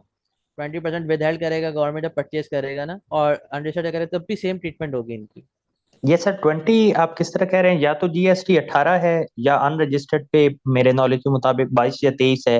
ये सर 20 आप जो बात कर रहे थे वो सेल टैक्स विद होल्डिंग की बात कर रहे थे ना, तो सेल टैक्स विद होल्डिंग का रेट तो 20 है, ठीक 20% है। है। स्टैंडर्ड रेट जो है सेल टैक्स चार्ज करने, सेल टैक्स अलग है, सेल टैक्स विद होल्डिंग अलग है। सेल टैक्स जो चार्ज किया जाता है ना, सेल टैक्स जो चार्ज करेगा वो सेलर करेगा, आप नहीं करेंगे, गवर्नमेंट नहीं करेगी sale tax charge. Sale tax charge करने की और कलेक्ट करने की पावर मैंने कल पहले लेक्चर में कहा था कि सप्लायर के पास होती है। सप्लायर सेल टैक्स चार्ज करता है और कलेक्ट करता है, तो जो है इसी उस पे होता है। जी ठीक हो गया। इट्स मीन कि जो अनरजिस्टर्ड है वो तो फिर हमसे चार्ज ही नहीं करेगा नहीं विदाउट। करेगा, नहीं करेगा, बिल्कुल नहीं करेगा, बिल्कुल वो नहीं करेगा। बिल्कुल ठीक है। और ये 20% वाली सर बात मुझे समझ नहीं आई कि मैक्सिमम इनकी पावर 20% होती है। मैं वैसे 11 शेड्यूल इधर ओपन भी कर लेता हूँ जी, तो। आप उसमें देखिएगा 110 लिखा होगा, जी ठीक है। 110 इसको या 1/5 का वर्ड आ रहा होगा, 1/10 1/5 का वर्ड आ रहा होगा टेबल ठीक के है। अंदर। 1/5 आ रहा है बिल्कुल। बिल्कुल 20% हो जाए। ठीक है। ठीक है। और 110 से बुरा तो फिर वो 10% भी 10%। ये किस वे में होगा? जब रजिस्टर्ड या अनरजिस्टर्ड का कोई फर्क है? या 110 कब करेगा? सर वो नीचे उन्होंने कंडीशन लिखी है उसके आगे ना। ठीक है सर, मैं उधर ओपन करके उसे चेक कर लेता हूँ। ठीक है सर, अगर जज़ाकल्लाह। आप बिल्कुल कोई बात नहीं सर, किसी का आपको क्वेश्चन है तो प्लीज। एक सर आपका ग्रुप में अभी तक नंबर मेरे ख्याल में ऐड नहीं है। दिन पे हम ये मैसेज भी करने लगे थे, यही चीज आज कहीं पे कैलकुलेशन में आ रही थी, तो हमने कहा कि सर से जरा माहिराना राय ले लेते हैं जी उसमें। सर, मैं हूँ ग्रुप में, अगर आप ग्रुप पे मैसेज करेंगे तो मेरी नज़र में बिल्कुल आएगा सर। अच्छा, मैंने देखा नहीं है सर। बहुत शुक्रिया sir. No problem sir, no problem. अच्छा सर, क्लास किसी और का कोई क्वेश्चन है तो प्लीज कर लें, वरना हम क्लास पे कंक्लूड करते हैं।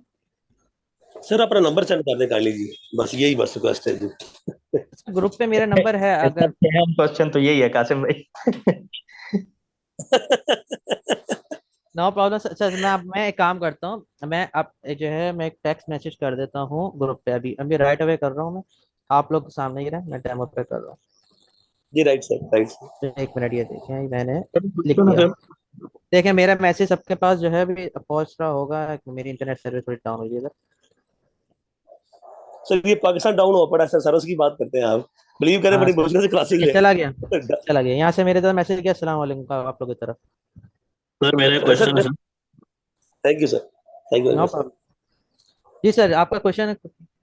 सर क्वेश्चन ये है कि सर एक लाहौर की कंपनी है, वो सखर में या कराची में आकर एक किसी फैक्ट्री के अंदर एक मशीन इंस्टॉल करती है।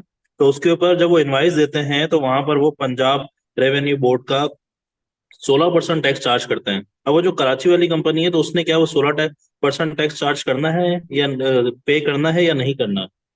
सर जबरदस्त सवाल किया आपने। ये जो मैटर है ये रिलेट करता है रिवर्स चार्ज मैकेनिज्म से, और ये आगे आएगा, ये ना रिटर्न्स की जब हम बात करेंगे तो ये अल्लाह बिल्कुल ही सेपरेट कॉन्सेप्ट है, ये बहुत ही और थोड़ा कॉम्प्लिकेटेड कॉन्सेप्ट भी है। तो इसको मैं चाहूंगा मैं अभी यहाँ पर एक्सप्लेन ना करूँ, तो यहाँ पर बहुत से लोग कंफ्यूज हो जाएंगे।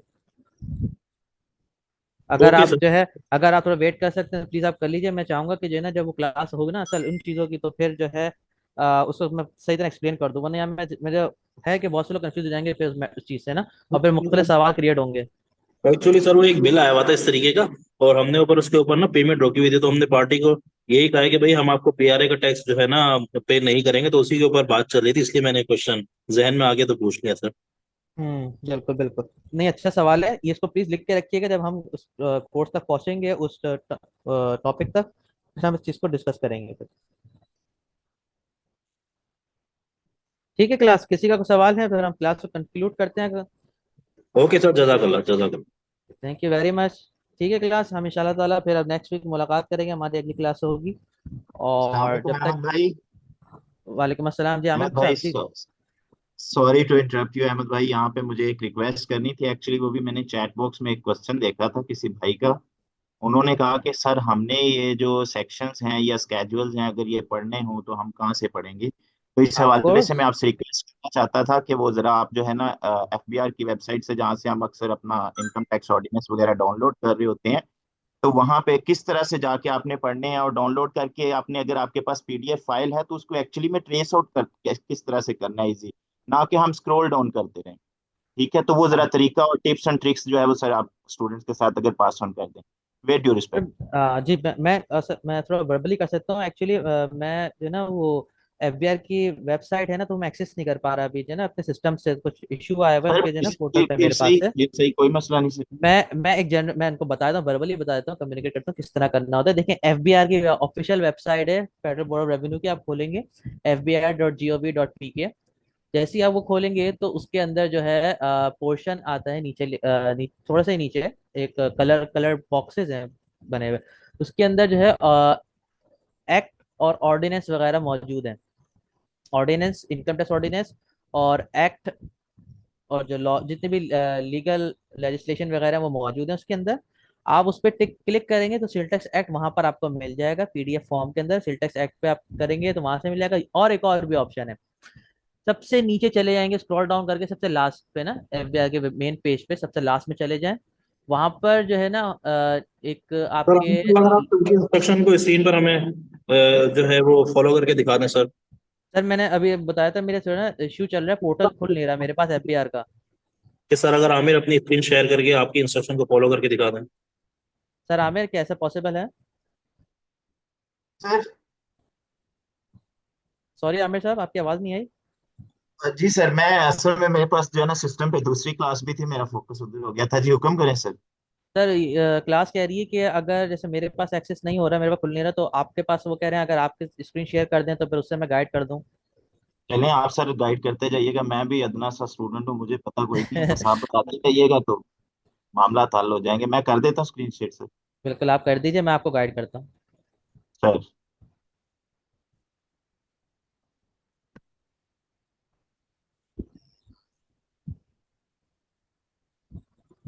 ठीक है सर। सर आप प्लीज ओपन करिए एफबीआर की वेबसाइट ना, fbr.gov.pk, या सिंपल एफबीआर लिख दें सर्च बार पे, बस एंटर करें। ओहो सर, ये देखें मैं कितना। नो प्रॉब्लम जी सर, नो सर। प्रॉब्लम। अच्छा सर, ये नीचे वेबसाइट आ रही है एफबीआर की ना, इसको ओपन करें। सर अब बिल्कुल लास्ट में स्क्रॉल डाउन करते नीचे ले जाएं, बिल्कुल बिल्कुल लास्ट जी में ले सर, जाएं। ठीक है, ये ले सर। सही, ठीक है। अच्छा अब आपके जो है ना लेफ्ट साइड पे ये एक्ट लिखा आ रहा है पब्लिकेशंस के नीचे। बिल्कुल पब्लिकेशंस के अंदर, जी सर। अब यहाँ यहाँ पर थोड़ा पॉज कर दीजिएगा, यहाँ पे रुक जाइएगा। मैं क्लास को देखें बताना चाहता हूँ कि यहाँ पर देखें सब कुछ आ रहा है जो मैंने अभी क्लास में पूरा एक्सप्लेन किया। एक्ट्स आ रहा है, रूल्स आ रहे हैं, एसआरओज आ रहे हैं, नोटिफिकेशंस आ रहे हैं, ऑर्डर सर्कुलर सब आपको यहाँ मिल जाएगा। ठीक है, जो भी आपको चाहिए होगा सब यहाँ मिल जाएगा। अब सर आप एक्ट पे क्लिक करिएगा प्लीज।